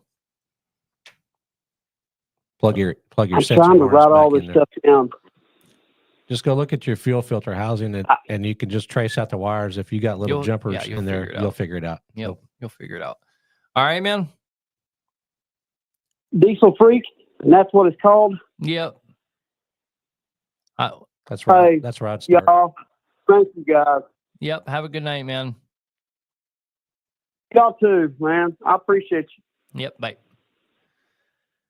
Boy, how often do you see that diesel freak crap? Man, I see them. All I do is make them smoke, and like you said, keep the fans don't kick on. They get hot, and every time I see one come in, and they complain about the same things, So yeah, just go over and unplug them, especially on the dyno. We eliminate them every time. We do too. Yep, they're crap. Yeah, don't buy diesel freaks crap. It's crap. All right, let's take another caller here. Thanks for hanging on hold, man. You were 28 minutes, 26 minutes. Can you hear us? Yeah, I can hear you. What's your name? My name's John from Ohio. All right, John. I got a question. Well, actually, two small ones. I just bought a 2020 389 Peterbilt X15 Cummins, and when I bought it, I noticed the stacks had soot in it, but Peterbilt I bought it from, they said it was and not deleted. but if it's not deleted, it shouldn't have soot in the pipes, right? Well, if you bought it from a dealership and whoever had it before you might have had it deleted, and they just put the DPF and SCR back into it, and for them to be able to sell it. But yet it uses DEF and it does regens every once in a while. So whoever had the truck before, they sold it back to the dealership. They might have had it deleted, which is going to soot your pipes up. Yep. And then when they traded it in, the dealership had to put it back to factories. So they put the SCR and DPF back in it, turned everything back on, and they just didn't clean out the pipes. That makes a lot of sense. Okay. Does it? And then the second question is, no, it don't smoke. Yeah. But my last truck I knew wasn't. Because my other truck had ISX, and when it ran, the pipes were white inside. So that's what I questioned them. They said, no, we can't sell deleted trucks. I said, I understand that, but they shouldn't be black in there. Yeah. Mark probably hit that right on the head. What was your second question? And the second question on the truck, I have to change the filters once a month, because I'll change both of them, the paper filter and the main filter. It'll run a month, and it'll go right back up in a month. It'll go up to 15 pounds fuel restriction on it. Is it turning black? Yeah, the paper filter's black, yeah. Yep. I'm interested to see what Mark says, but I have my own theory. Well, it's either the micron rating in your filter, you can change that, or check your tanks. You might have something growing inside your tanks. Algae, yep. Or it could be algae, or it could be like soot from the injectors getting into your fuel. Yeah. So I was waiting to see if Mark was going to say that. Most of the time when you have black fuel coming back into the filter, if it's not algae, which most of the time it's not, if it is algae, there's obviously steps you need to take, but most of the time that black fuel people see is combustion gas, and it's coming back up into the fuel rifle when the piston fires, and so it's making the fuel super dirty. And most of the time, is that normal? It's not uncommon, but I wouldn't call it normal. Usually, it's actually the seat where the injector lies. I actually have special tools for cats to reseat them to get rid of that problem. I don't have them for Cummins or anything, but I do have them for cat. It's like a knurling kit. Yep, exactly what it is. Yep, it's a 2 different diamond knurling bit. You rough it up and then you smooth it out, and that gets rid of that problem. But there's a hell of a lot of people out there that suffer from exactly what you're talking about, and most people don't have any clue what it's from, but it's actually combustion gas doing that. It's just like what it does to your coolant. But I was curious if you were going to bring that up. But I was curious though, would it have anything to do? I'm sure you're familiar with Pittsburgh Power. Mm-hmm. Them guys over there. Well, I run that max mileage stuff in my fuel. Would that have anything to do with it? No, that actually helps your truck. They also have the cetane booster now they just came out with. I run it in all my equipment. Yeah, I bet. And it helps a bunch. Keeps your DPF clean. Keeps your injectors and everything lubricated. A lot of those products are out there. There's a lot of them that are actually pretty good. Yeah, I really like that max mileage. Okay. So we carry it at our shop. Yeah, I run it in every truck I ever get. So, and then just a quick information. I was talking to the buddy of mine that rebuilt my last truck, my ISX, Steve Pierce. You familiar with him? He said he bought that machine to do motor work, and you guys been talking from up here in Northwest Ohio. Oh, you're talking to me? Talking to Aaron? Yeah, Steve Pierce. Yeah. I remember that conversation. I don't remember in depth what we talked about, but I do remember that. Yep. I haven't. Yeah, I live right there by him. Oh, cool. Yeah, I haven't put much thought into that. He'll have to call me again. And I think I was probably pretty busy when he called me last time. What a surprise. But anyway, man. Is Okay. No, that's my question I had. I was just kind of worried about the soot. You know, if I get pulled over and checked, and I told Peterbilt, if it don't meet the emissions, I think you're going to be responsible for this. So I don't know if you can hold them accountable. I don't think you'll have a problem. Okay, I appreciate it. All right, sir. Okay, I appreciate it. Yeah. Thank you. Have a good night. Bye. Okay, guys, there's still quite a few guys on hold. Everybody that is on hold, a couple guys are 28 minutes is the longest right now. We do appreciate you. Thank you. We're going to try and get to everybody. Again, I got Mark here. The number is 573-422-4225. We still have about 40 minutes here. We'll go ahead and take this call. We appreciate you hanging on hold. Can you hear us? Yes, this is Jason. Perfect. Welcome to Hack Nation Live with Mark. What can we do for you? I got two questions, two different trucks. I just have, I've got an ISX and an International, and I've just, we live in Minnesota here. We're a little colder, and we had some fuel tank issues. It does not have a fuel diverter after the engine on the return. It's just got like T's for the return and the suction, and we had one tank suck empty the other day on the way coming back on a trip, and but I did notice there was some it looked like air in the fuel in the tanks when I was messing with it tonight in the shop. You have twin tanks, but there's but it draws off both of them at the same time, and one of them's going empty. Yep. So 9 times out of 10, that's a clogged breather line. The vent on top of the tank. Yep. Vent. I went through them tonight too. Okay. Yeah, if the vent is clogged, all right. Most of the time that's the problem. The vent's clogged, and so it causes it causes suction, and it will only draw from one tank, the one that breathes. Okay. All right, so brother. It doesn't have a diverter valve or nothing.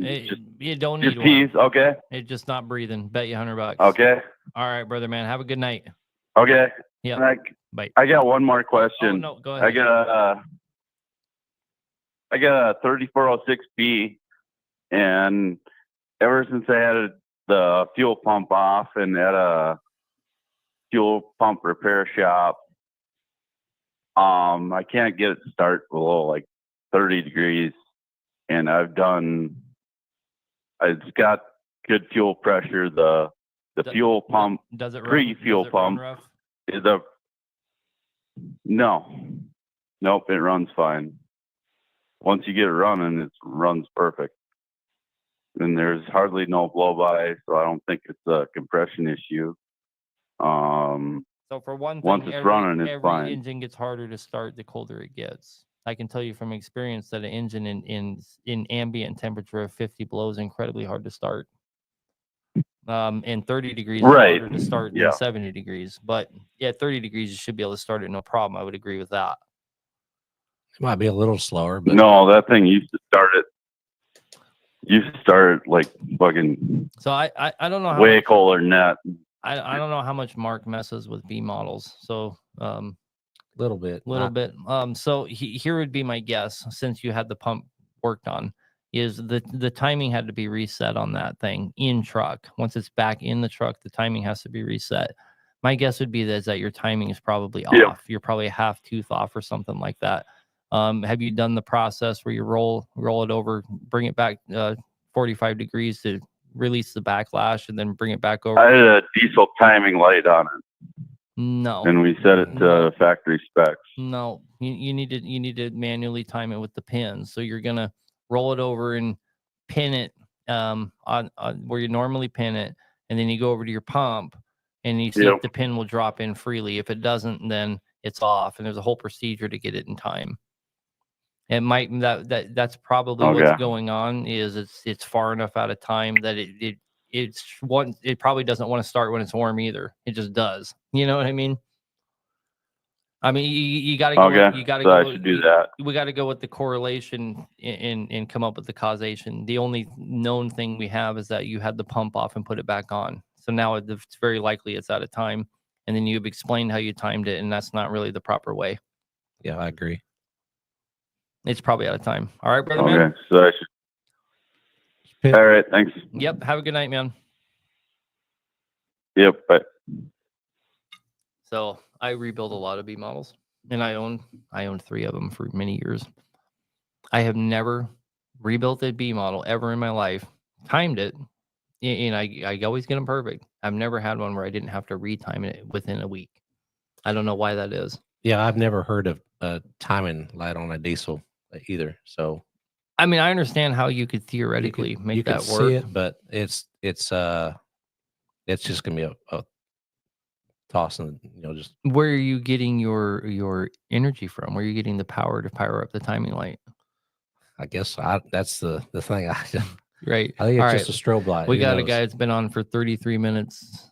Let's go ahead and take him. Thank you for waiting so long, my friend. Can you hear us? Hello. Hey there. Yes, sir. What's your name? Hi, my name is Derek. I'm from Saskatchewan, Canada. Okay, Derek, welcome to Hack Nation Live with Mark. What can we do for you? Looking for your fellas' input. I'm kind of in deep water. I had purchased a 2019 W900 with an MX-13, and it had 740,000 kilometers on at the time. The previous work on it was, head was done at a dealership, and basically the head went. I noticed there was pressure, back pressure. Took it into the dealership. They wouldn't warranty it because it had been deleted, even though when they had done the work prior, it was already deleted. But it seems like it's kind of their way of getting out of their 1-year warranty. I'm kind of at a crossroads where I can either put in the money and do an in-frame on this PACCAR, or and the prices for PACCAR are fairly pricey up here, or I've got a factory reman with under 20,000 kilometers, and it's a 14-liter 60 series DDEC 4. Where would you guys put your risk? Because I mean, every motor has risk with it or whatever, and I get a year warranty with the DDEC 4, or I get a year warranty with the in-frame on the PACCAR. So the most common phone call I get throughout the week is people calling, wanting to ask about doing an engine swap. Right, that's the most common phone call I get, and I usually start out every one of those phone calls by telling guys that it's astronomically cheaper to fix whatever they have, because the cost of swapping that over is and also people don't account for the amount of downtime. The downtime is going to be incredible. If you're under 3 months, I'd be incredibly surprised. I don't care where you take it, right? Yeah, it takes time, and trying to find some of the components to make everything work with your dash gauges and fan hub and all the alignment stuff. It's it can be done. All those things are available, yes, but man, it just takes time and a lot of money. But and it's not necessarily legal. It might be in Canada. Yeah, it's not legal because it's like doing a delete.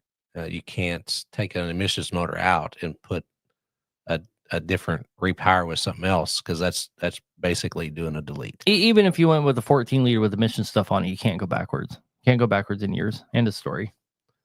But it does take 2 wallets to work on the PACCAR too. So I mean, you're in Canada, I would I'd probably change the color underneath the hood. Yeah, and I'm not even sure what the rules for Canada are, but we have done a few that work. It's amazing how many Canadian customers we get being all the way in San Antonio. I thought, when we were in North Dakota, we had a lot of Canadian customers, a lot. Probably about 10% of our customers were from Canada. But even though we moved all the way to San Antonio, I would say at least 5% still are. It blows my mind. It's good. The information either one of you. What kind of quote are you getting on that pack car real quick? What are they quoting you to fix that pack car?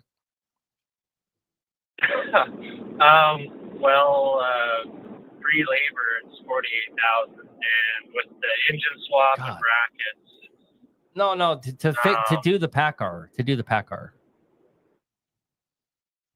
Yeah, no. The pack car is like free labor. It's 48,000. Jesus Christ! Free labor, and it's 48. So we just did a pack car in our shop, and I'm not trying to be a salesman here. I just want to compare these Canadian prices to American prices, and I am cheaper than a lot of places in America, but not cheaper than all by any stretch. Okay, and we just did a pack car with a head, in-frame kit, and a counter bore, and he's leaving here for, I believe it ended up being 23 or 24.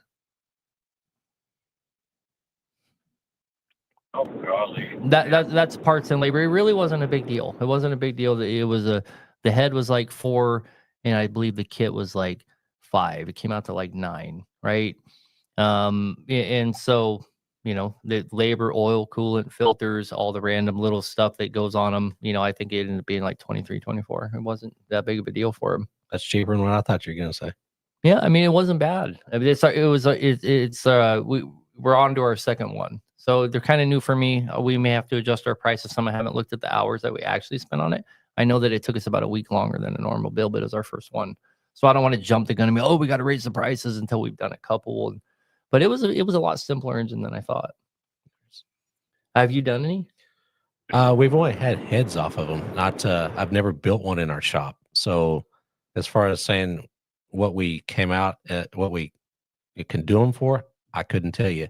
Everybody, when we pulled the head off, it was like glitter, from the fuel system. Yep. And they just junked the truck. They can't, So we also only work on the 13s to, I believe, 17s. And then we cut it off because the other ones after that are so problematic. We don't want anything to do with them. But one nice thing about those pack cars that we found where from our point of view, it doesn't need to be an excessively expensive engine to overhaul. Is it kind of has older technology. It has a lower cam. It has push rods, right, which is peculiar on a newer engine, right? So, but because of that, you're not having to mess with any of the lash, any of the settings, any of the timing or anything, because you're not changing the height on your overhead cam engines. Whenever you change a head gasket, you're changing the height. You need to reset all the lashes. You don't have to deal with any of that crap on the pack car. You just pull the head off, put the in-frame in it, put the head back on it, move on with life. So in some ways, it's the easier engine. You there? Did you die on us? Yeah, no. I'm just listening quite keenly. Sorry. Yeah. So, with that, maybe I will stick to the pack car, and maybe once it's done, I'll just sell it. I pull Super Bs up here, and it's from British Columbia, Alberta, Saskatchewan, Manitoba, and the power is underwhelming. Plus, our fuel, I don't know if our seat level is quite a bit worse up here, because we're anywhere, I think, up to 15% with the biofuel. And pack cars seem to generate a lot of issues with their head. So it's quite expensive for the head alone. Like I'm at $18,500 for the head. So we a head through us is $4,000. Yeah, that's prices are like, yeah. So what I'm not trying to impress upon you. You should come to my shop. I'm trying to impress upon you. You're getting boned. It's not actually what it costs. Okay, it's not actually what it costs. And $4,000 for a head from me, I've marked it up. That's the facts, right? I didn't just give it to you. Yeah. But anyhow, there is one other option here. Okay, you can switch that thing to a Cummins, and you can do that legally, and you can get all kinds of support doing it. Switch that thing to a Cummins. Know that it's not going to last like that pack car is, but it's also going to cost you a fourth of the amount of money to rebuild. It's going to have way more power. It's going to have way better jakes. That's what I would do. I would switch that damn thing to a Cummins. And anybody can work on it. Yep. Would you have something that would be better fuel economy wise? Because I'm trying to just operate my own. And you can't have everything. If I love it. Well, I get that, but it's a big factor to go from the PACCAR using, anywhere from 28 to 30% of my gross income for fuel to a cat like my twin pulls one. He's got a Yeah, he's we're got not an talking about a cat. We're saying switch to a Cummins is going to get comparable fuel mileage to that PACCAR. Really? Yeah, I mean it should. You'll get 5 and 6. Right. I mean, what's your PACCAR getting? 7, maybe? It's getting 7 to 8. Oh, Right. shoot. Drive it. Right. That's good fuel mileage. That's good fuel. I mean, and you could get that Cummins to get up there as well. Put a good intake and exhaust on it. You'll reach up there 7s, somewhere in there. I mean, it's definitely feasible. But if I was going to do anything with that, man, that's the route I would go. But we got you on here for 10 minutes. We probably better get to a couple more guys. I appreciate the call, though. Yeah, absolutely. Thank you. Yes, sir. A lot of guys, I'm sure this happens to you a lot, but a lot of guys will bring me quotes they got from other shops. And man, we see some of the most ridiculous stuff. But the Canadian guys always are like, I mean, you can see the most ridiculous quote you've ever seen in the United States, and that would be like a regular quote for a Canadian guy. It's crazy that those guys get raked over the coals so bad. I don't wonder why they travel all the way across, to a different country and all the way across that country just to get work done. It's crazy. But anyway, we ready? Yes, sir. All right, man. I've enjoyed my time with you. This has been fun. I really liked it. Are you there? Hello? Yes, sir. We still got 20 minutes. So what can we do for you? Can you hear me? Yes, sir. Go ahead. Yeah, I've got a question for you. I've got an MBN C15 cat, the 2004 model, and I can't get the damn thing to pull. I've changed fuel lines. It does have a race-gated turbo on it, but if you're heavy, say around 70,000 gross, 80, it just will not pull. And you downshift it, it just don't want to pick it up. So a couple quick questions. What kind of boost is it building? Well, it's building about 32 pounds of boost, but I noticed when it really gets pulling hard, the boost wants to drop off. Okay, that's your wastegate. Your wastegate. And I blocked that off. You blocked it off? I blocked it off one time. But it didn't seem to make any difference. That's because so I hooked it back up. That's kind of not how it works. Yeah, especially on NBN. Yep. How old are your injectors? They've got some age on them. They've probably been in here. I don't know. It's probably got at least 1 million miles on the truck. So if you're not getting but it runs. I mean, they'll run good. It'll run. It's running fine. It'll run smooth. But if your injectors get clogged up and they're not delivering the fuel they should, you're not going to spool. It's not going to push the piston like it should. Yeah, so but you're going to lack a power. Not to argue with you, Mark, but he is hitting 32 pounds of boost for an NBN. That's actually really good. I'm going to guess that his injectors have to all probably be firing fine if he's hitting 32 pounds of boost. It's a guess. They'll fire fine, but they won't spray right, and it'll just be they're not delivering into the cylinder like they should. So I found, having the dyno, I've gained like 250 horses just by doing an injector swap. It's wow. Crazy numbers. And Mark's going to have a unique perspective on that. I don't own a dyno. I don't get to see what happens when I change a set of injectors, that's a lot of fuel run through those. Yeah. That's got 1 million miles. And, I mean, I would also, even though you're building 30 some pounds of boost, I would still check your CAC and get all that, because you don't want to. Well, he's falling off too, right? So you're building boost just fine, and then when you're really, really working it, you're falling off. And I'm going to go back to my original comment. Just understanding the way the NBN works. Most likely, what's going on is it's overpressuring and it's gassing off that wastegate. Gassing off that wastegate, but that wastegate's all wore out and shitty, and it's not reclosing. It's just hanging open. That would here's the thing. Here's the thing that I've owned this truck 4 years, and it's run like this ever since I've owned it. Right before I bought it, they put a new turbo on it down at Cummins in Virginia, and they put a couple of rollers on the up where the cam is because it was worn. But and when I bought it right after that, I told the guy, I said, "Damn, this son of a bitch feels like a goddamn 238 Detroit." He said, "Well, we never had no trouble dealing with it before." He said, "But they put a different type turbo on it." He had a turbo on it that wasn't wastegated. And when Cat done it down there, they put the wastegated turbo back on it. Yep. So I don't know. So here's the I thought about man. trying to change the turbo.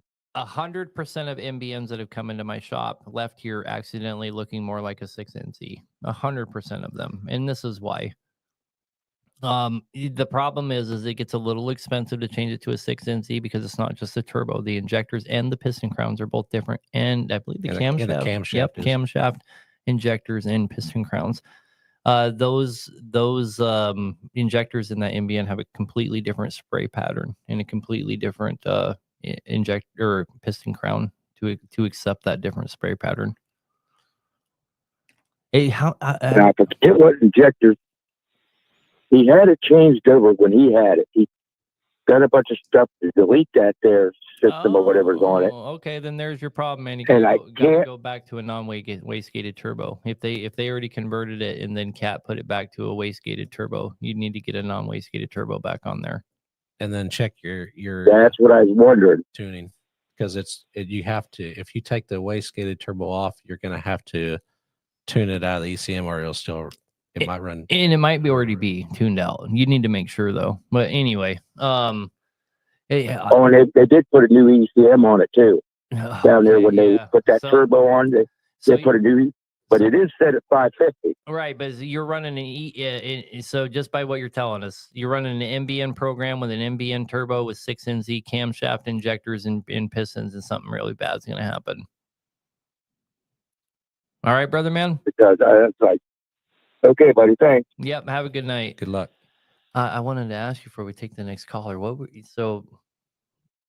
How much horsepower gain did you say from swap? It was on a Cat. It was a heavy haul truck. It was a MXS, and the driver was like, "There's no way it's these injectors." I was like, "I'll give them to you if it doesn't fix the truck."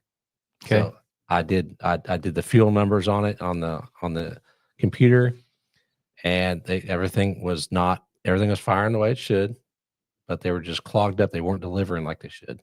So I stuck a set of PDI injectors in it, and that sucker woke it up. How much horsepower gain did you say you saw? 250. That's so hard to believe, but I don't think you're lying. It's just that's crazy. I probably have a video on it somewhere. Yeah, I'm sure. That's just hard to wrap my mind around. Okay, we're taking the next caller. Are you there? Yeah, can you hear me? Yes, sir. Hello. What's your name? Hey guys, it's Austin from North Carolina. Oh, that's my middle name. How you doing, Austin? Welcome to the show. What can we do for you? Good, man. I got a 1989 W900 with a 3406B. We've been fighting a fuel timing issue. We got the timing advance rebuilt, pinned the pump, ran good for about 3 days, and then went to backfire, missing, smoking really bad. Pinned the pump again, ran good for a couple of days, and hang on, slow down. So you pinned the pump again, and was it out of time? Yes. Okay, so it's out of time again. Okay, this happens to pretty much everybody that rebuilds B models, right? And I made a comment about that earlier. Okay. Is that I have never personally ever in my life built a B model, set the timing on it, and did not have to go back in and readjust it a little bit within a week every single time. In fact, it's so predictable that when I rebuild a B model for a guy, I can, if he's a long ways away, then I'll take it out and put quite a few miles on it and then adjust it one more time. Everything wears in, so you have to accommodate for that wear. Yep. I mean, and you have a whole process for reversing it, and you take all the load off, all the lash off, right? Off the valve train. but it's just, it never works, at least not for me, you know, and I'll be the first guy to admit it. You know, people consider me kind of a B model guru, and I have to redo every one of them. So there's your, you know. Okay, now do you have a? You're probably just going to have to keep putting in time until it sticks. Okay, all right. That sounds good. We put the pin in the flywheel, got it top dead center, got the number 1 cylinder exhaust and intake valves where they had play. And then you dropped and took the vents off. Hang on, and you dropped a pin in the pump, right? Well, we had to take the vents off and turn the pump to get the pin to drop, to pin the pump. Okay, so the process for that is to loosen your clutch in the front, and then you retighten it down to, I believe it's 10 foot-pounds, and you have to have that tension on it when you roll it back and bring it back across. Yeah, honestly, so leave the timing advance on. Yes. So honestly, here's what here's the most solid advice you're going to get tonight. Don't fuck with that thing until you have the book. You need to get the book. Go on eBay and find the book and get it coming and do exactly what it says. You're going to bend some push rods. You're going to mess that thing up really bad. Okay. All right, man. Well, that's exactly what I'll do. Yeah, if you go on eBay, man, you should be able to find that book, and you can, you know, in 5 days from now, you'll have it in your hands, and then there won't be any more wondering. It'll show you exactly how to do it. You need to do exactly what it says. Otherwise, you're going to be trying to find somebody like myself to fix, you know, you might break some gears even. Yeah, the worst possible scenario is you smack into your exhaust intake and exhaust valves from being so yeah, far well, out that's of kind of what we're worried about. And you should it backfires be. Yep. You're gonna bend some push rods. Get the book and do what it says, because it would take me too long to explain how to do it. Okay. Right. Okay. We'll do that. I appreciate it, guys. Yep. Have a good night, man. Yeah, we had a 60 Series Detroit one time. They have, you know, 2 timing marks on them. And we had it on the wrong timing mark. And the first time we started, it came around and smashed into all the valves. It's a sick feeling. Well, I just had to throw a new head on it and some piston crowns, but you know, you live, you learn. Things happen. You won't ever forget it. Yeah, we haven't made that mistake twice. Hello, you there? Hello. Yes, sir. Hey, this is Rocky from South Texas. Oh, awesome. Welcome to the show. How can we help you? Well, thank you for taking my call. I'm enjoying this show and learning a lot from your knowledge, and I enjoy watching y'all's videos on Facebook. So appreciate everything y'all do. Thank you, sir. Thank you. I had a question. I've got a Acer, the BXS series Acer. I'm getting fuel in my coolant reservoir. All right. And wanted to see if you could point me in the right direction. It had a driver in it. Driver said it didn't get hot. Most definitely think it did get hot. It's just not saying. So I'm just kind of real quick. I don't mean to interrupt, but these are kind of phone Sure. calls that we field all day long, right? So I am guessing Mark already knows which direction to point you. I certainly know that I do, and we want to. The show is almost over. We want to try and get to all these callers. So real quick, you don't end up with the problem that you're having unless there's been an overheat event. Okay, so your driver's probably full of crap. Okay. And my advice to you is going to be.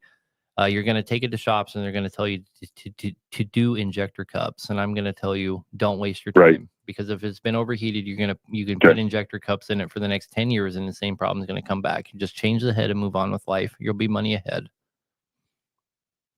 Got you. Perfect. Mark? That's what I need to know. I got one more question. Okay, go ahead. I just heard you say that you're located. Where are you located in San Antonio? So we're down off 1604. We're at the bottom of San Antonio. If you get a hold of us, you know, through our regular channels, we will send you a pin drop. We certainly tell people how to get here. We're open to the public for sure. You know, this just isn't the venue for Thank you. Got you. Thank y'all so much for y'all's information. Appreciate it. Yes, sir. Have a good night. Mark, Thanks. do you concur on not wasting your time on injector cups? Yeah, I mean, I would definitely. It depends on their budget too. Some guys don't have enough time to maybe change the head, and maybe they don't have enough money.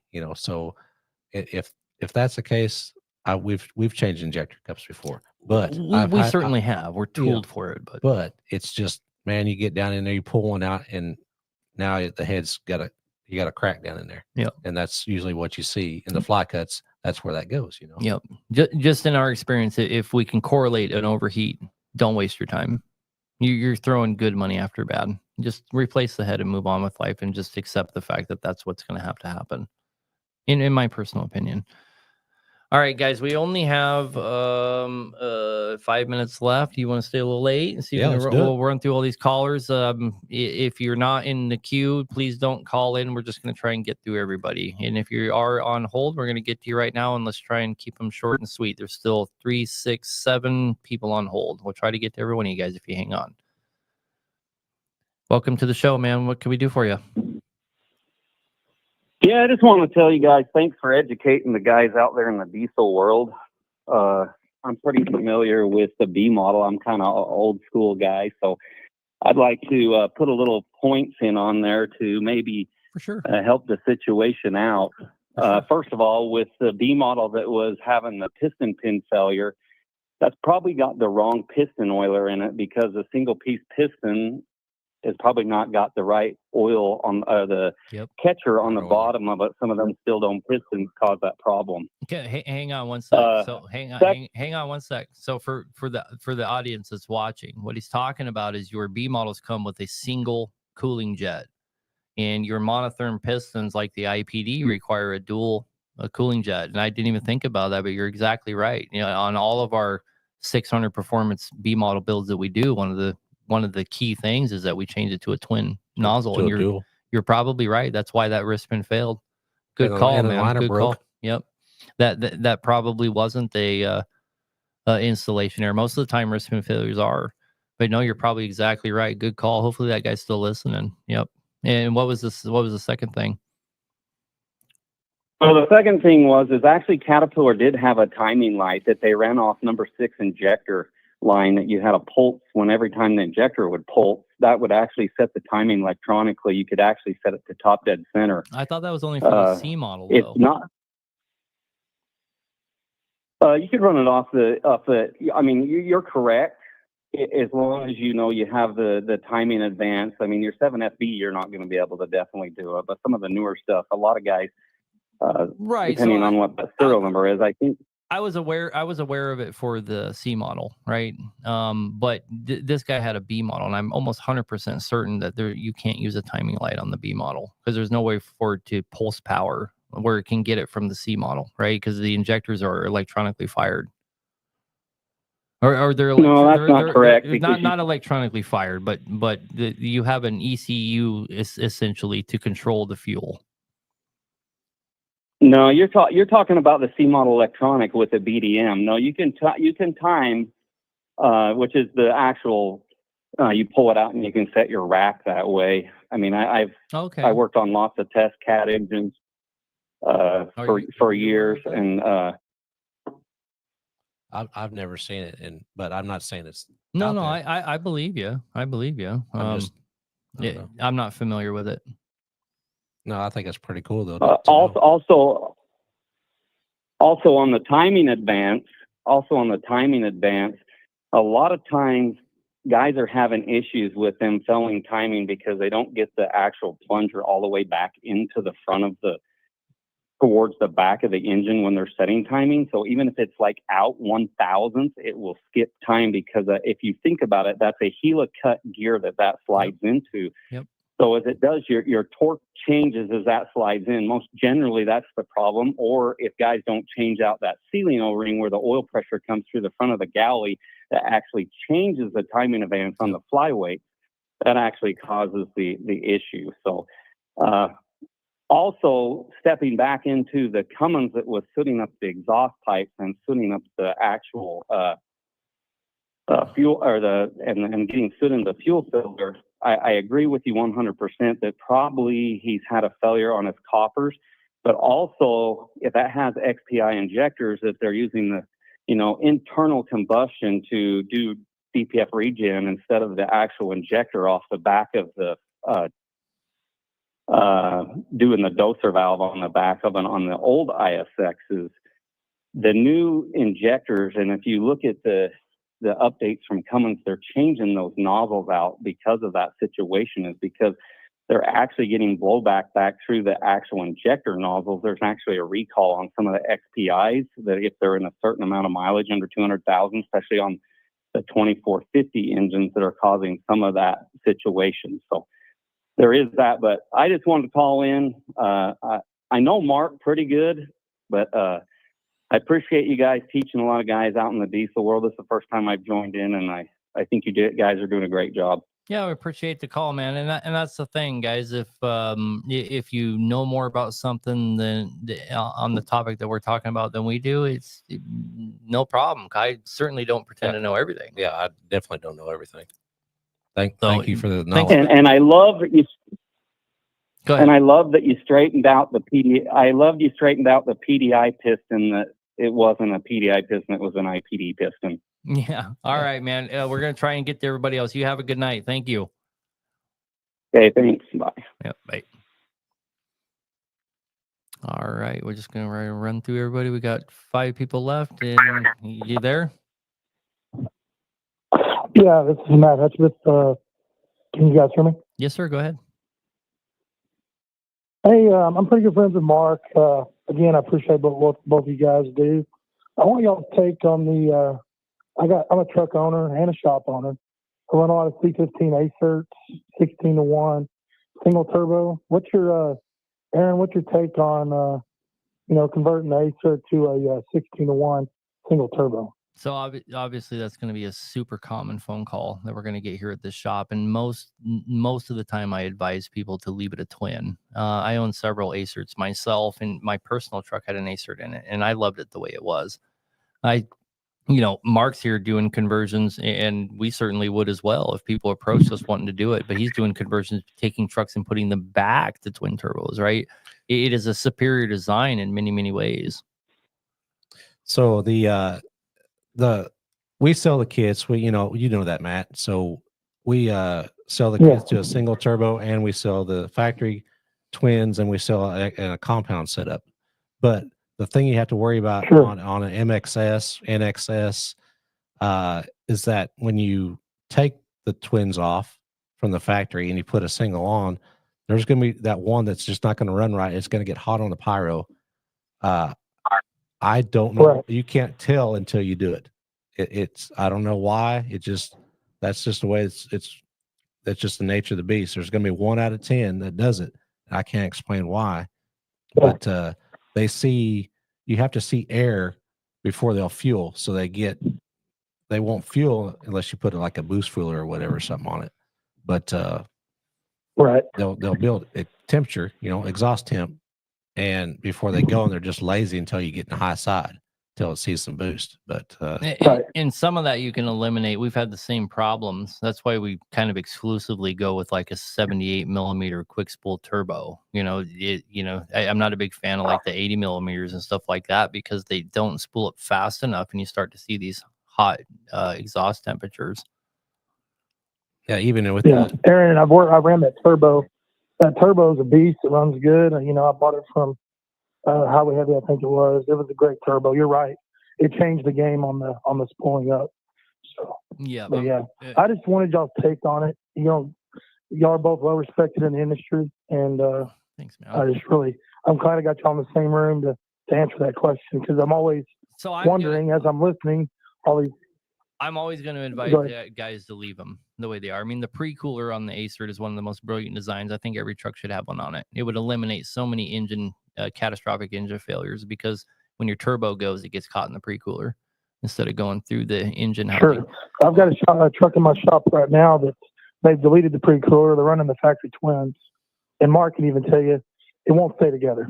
I mean, it's been, a problematic engine from pretty much from day one. Most of that, So, though, most of that's always comes down to tuning, though, because most people don't understand what they're doing with tuning, right? And Mark, of all people, probably knows more than anybody, right? So I don't want to talk too big, like I know what I'm talking about. But, yeah, like when we're tuning stuff here, we do something very similar to what the PDI tuner does, for example. And so the max horsepower that we would build you an ACER to is going to be whatever it comes out to.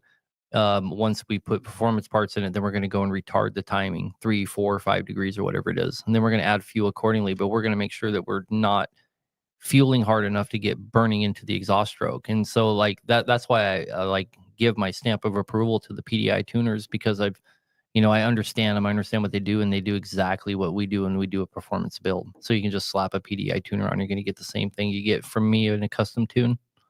That makes sense? Yeah, it makes sense. It does. So, okay, guys, they all answer my question. Yep. Have a good night, man. Appreciate it. Thanks, man. All right. Let's see if we can get through everybody. You're on the air. How can we help you? Hello? Yes, sir. Go ahead. Yeah, I have a 2013 Kenworth T660, and it's got the CM2250 Cummins motor. I'm having an issue with the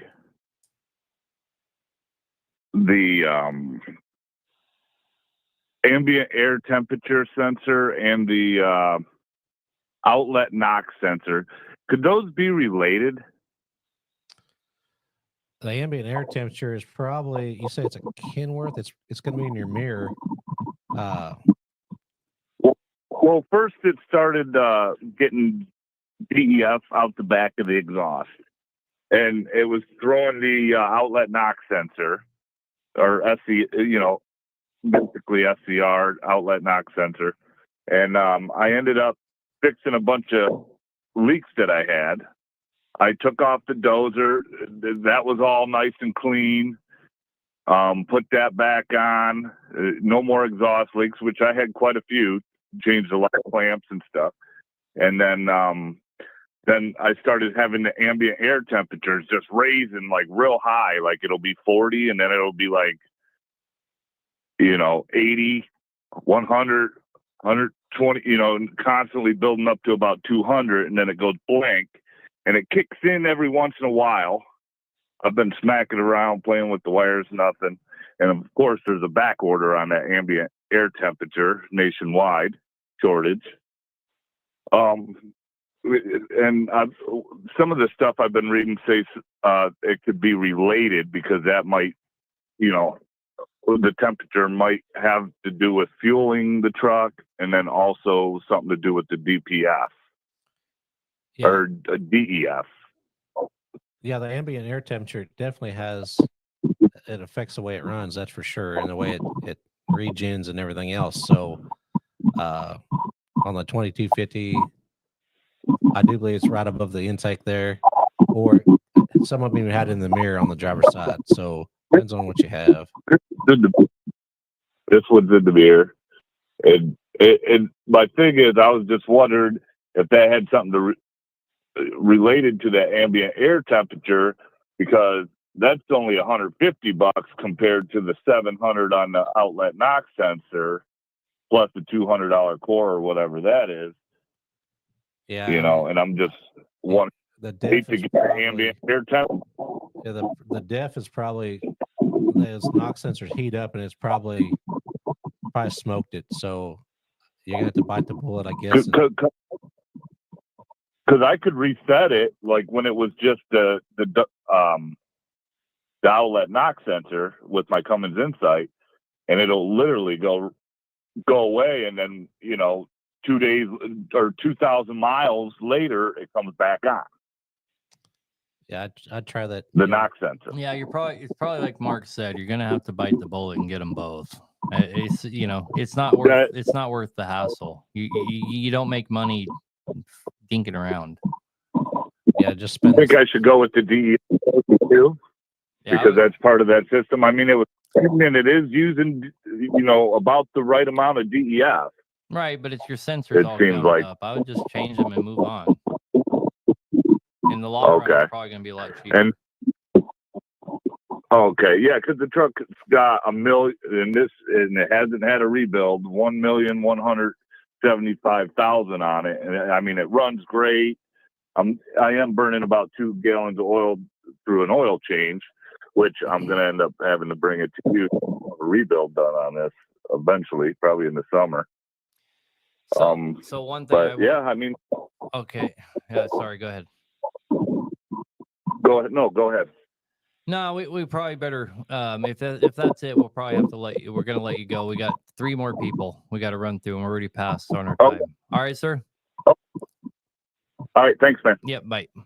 I was gonna say something really quick about the Cummins. I tell guys, like, it's a good metric to measure how much oil consumption you have. So, like, if you're using a gallon in 10,000 miles, you probably need to start taking some oil samples. Is what I tell guys.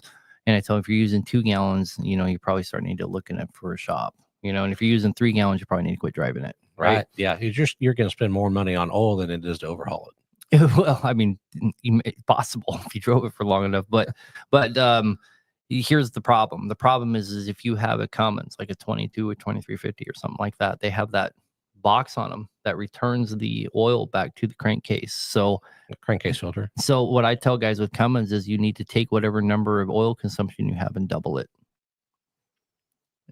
Because you're not getting a true metric.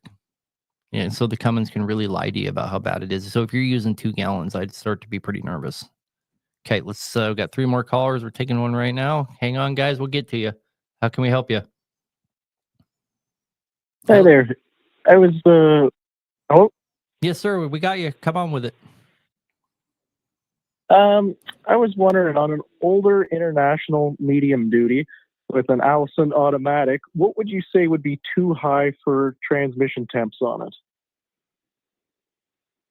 How old is this thing? It's a 95 with a 466 4-speed Allison.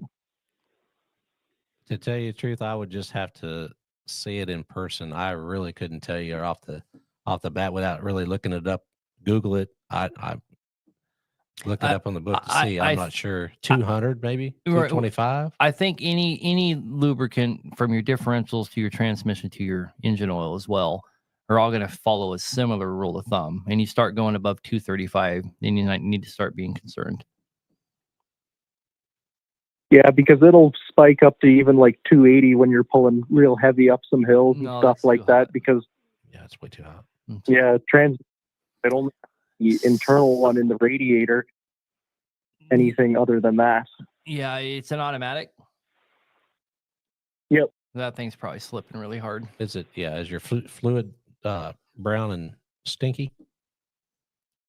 No, it's all clean and very low mileage. It's just it seems like it needs a cooling upgrade because doesn't seem like it was ever designed to pull that heavy. Yeah, your cooler might be no good as well. And you could probably also buy an aftermarket cooler and make it cool even better. But I would guess, right, that thing was built to do any job, so to speak. And if you're running those higher temperatures, something's wrong. That transmission is probably on its way out. That'd be my guess. Yeah, that's awful. All right, man. I'm thinking it. Yep. Yeah, that's it. All right, brother, man. We appreciate you. Thank you for hanging on hold for so long. You were on hold for 44 minutes. Thank you very much.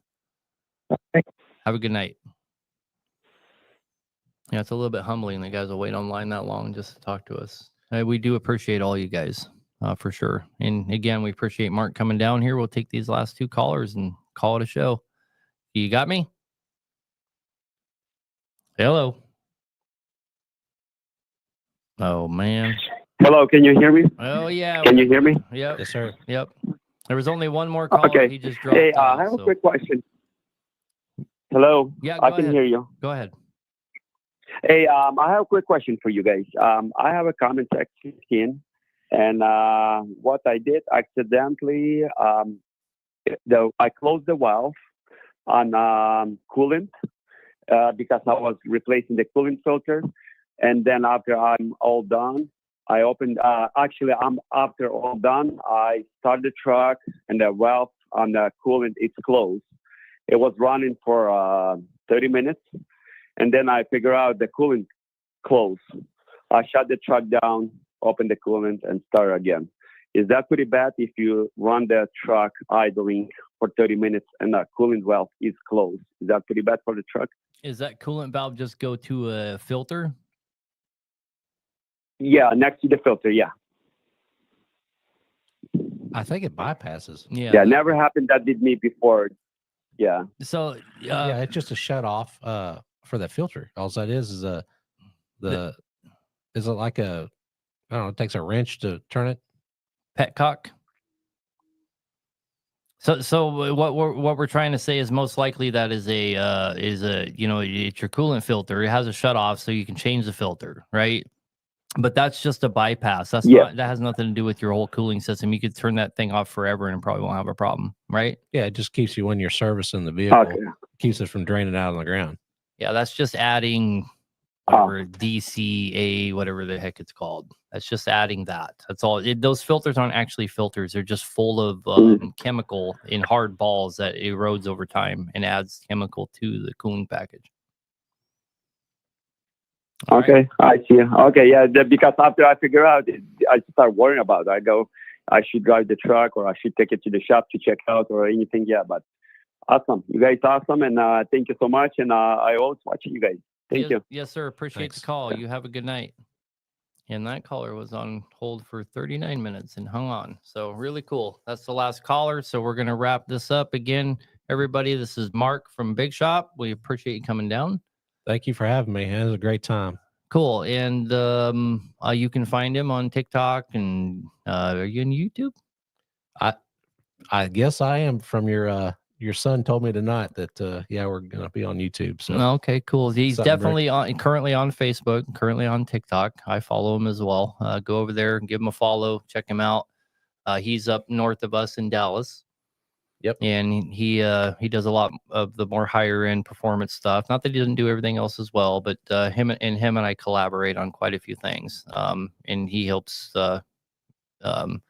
be my go-to guy for all the PDI stuff and all that. So we have a pretty close working relationship as well. So again, thank you, Mark. Hey man, thanks for having me. Thanks, guys. Yep. You guys have a good night. Thanks for coming to the show. You guys make the show. So we'll see you next week. Have a good night.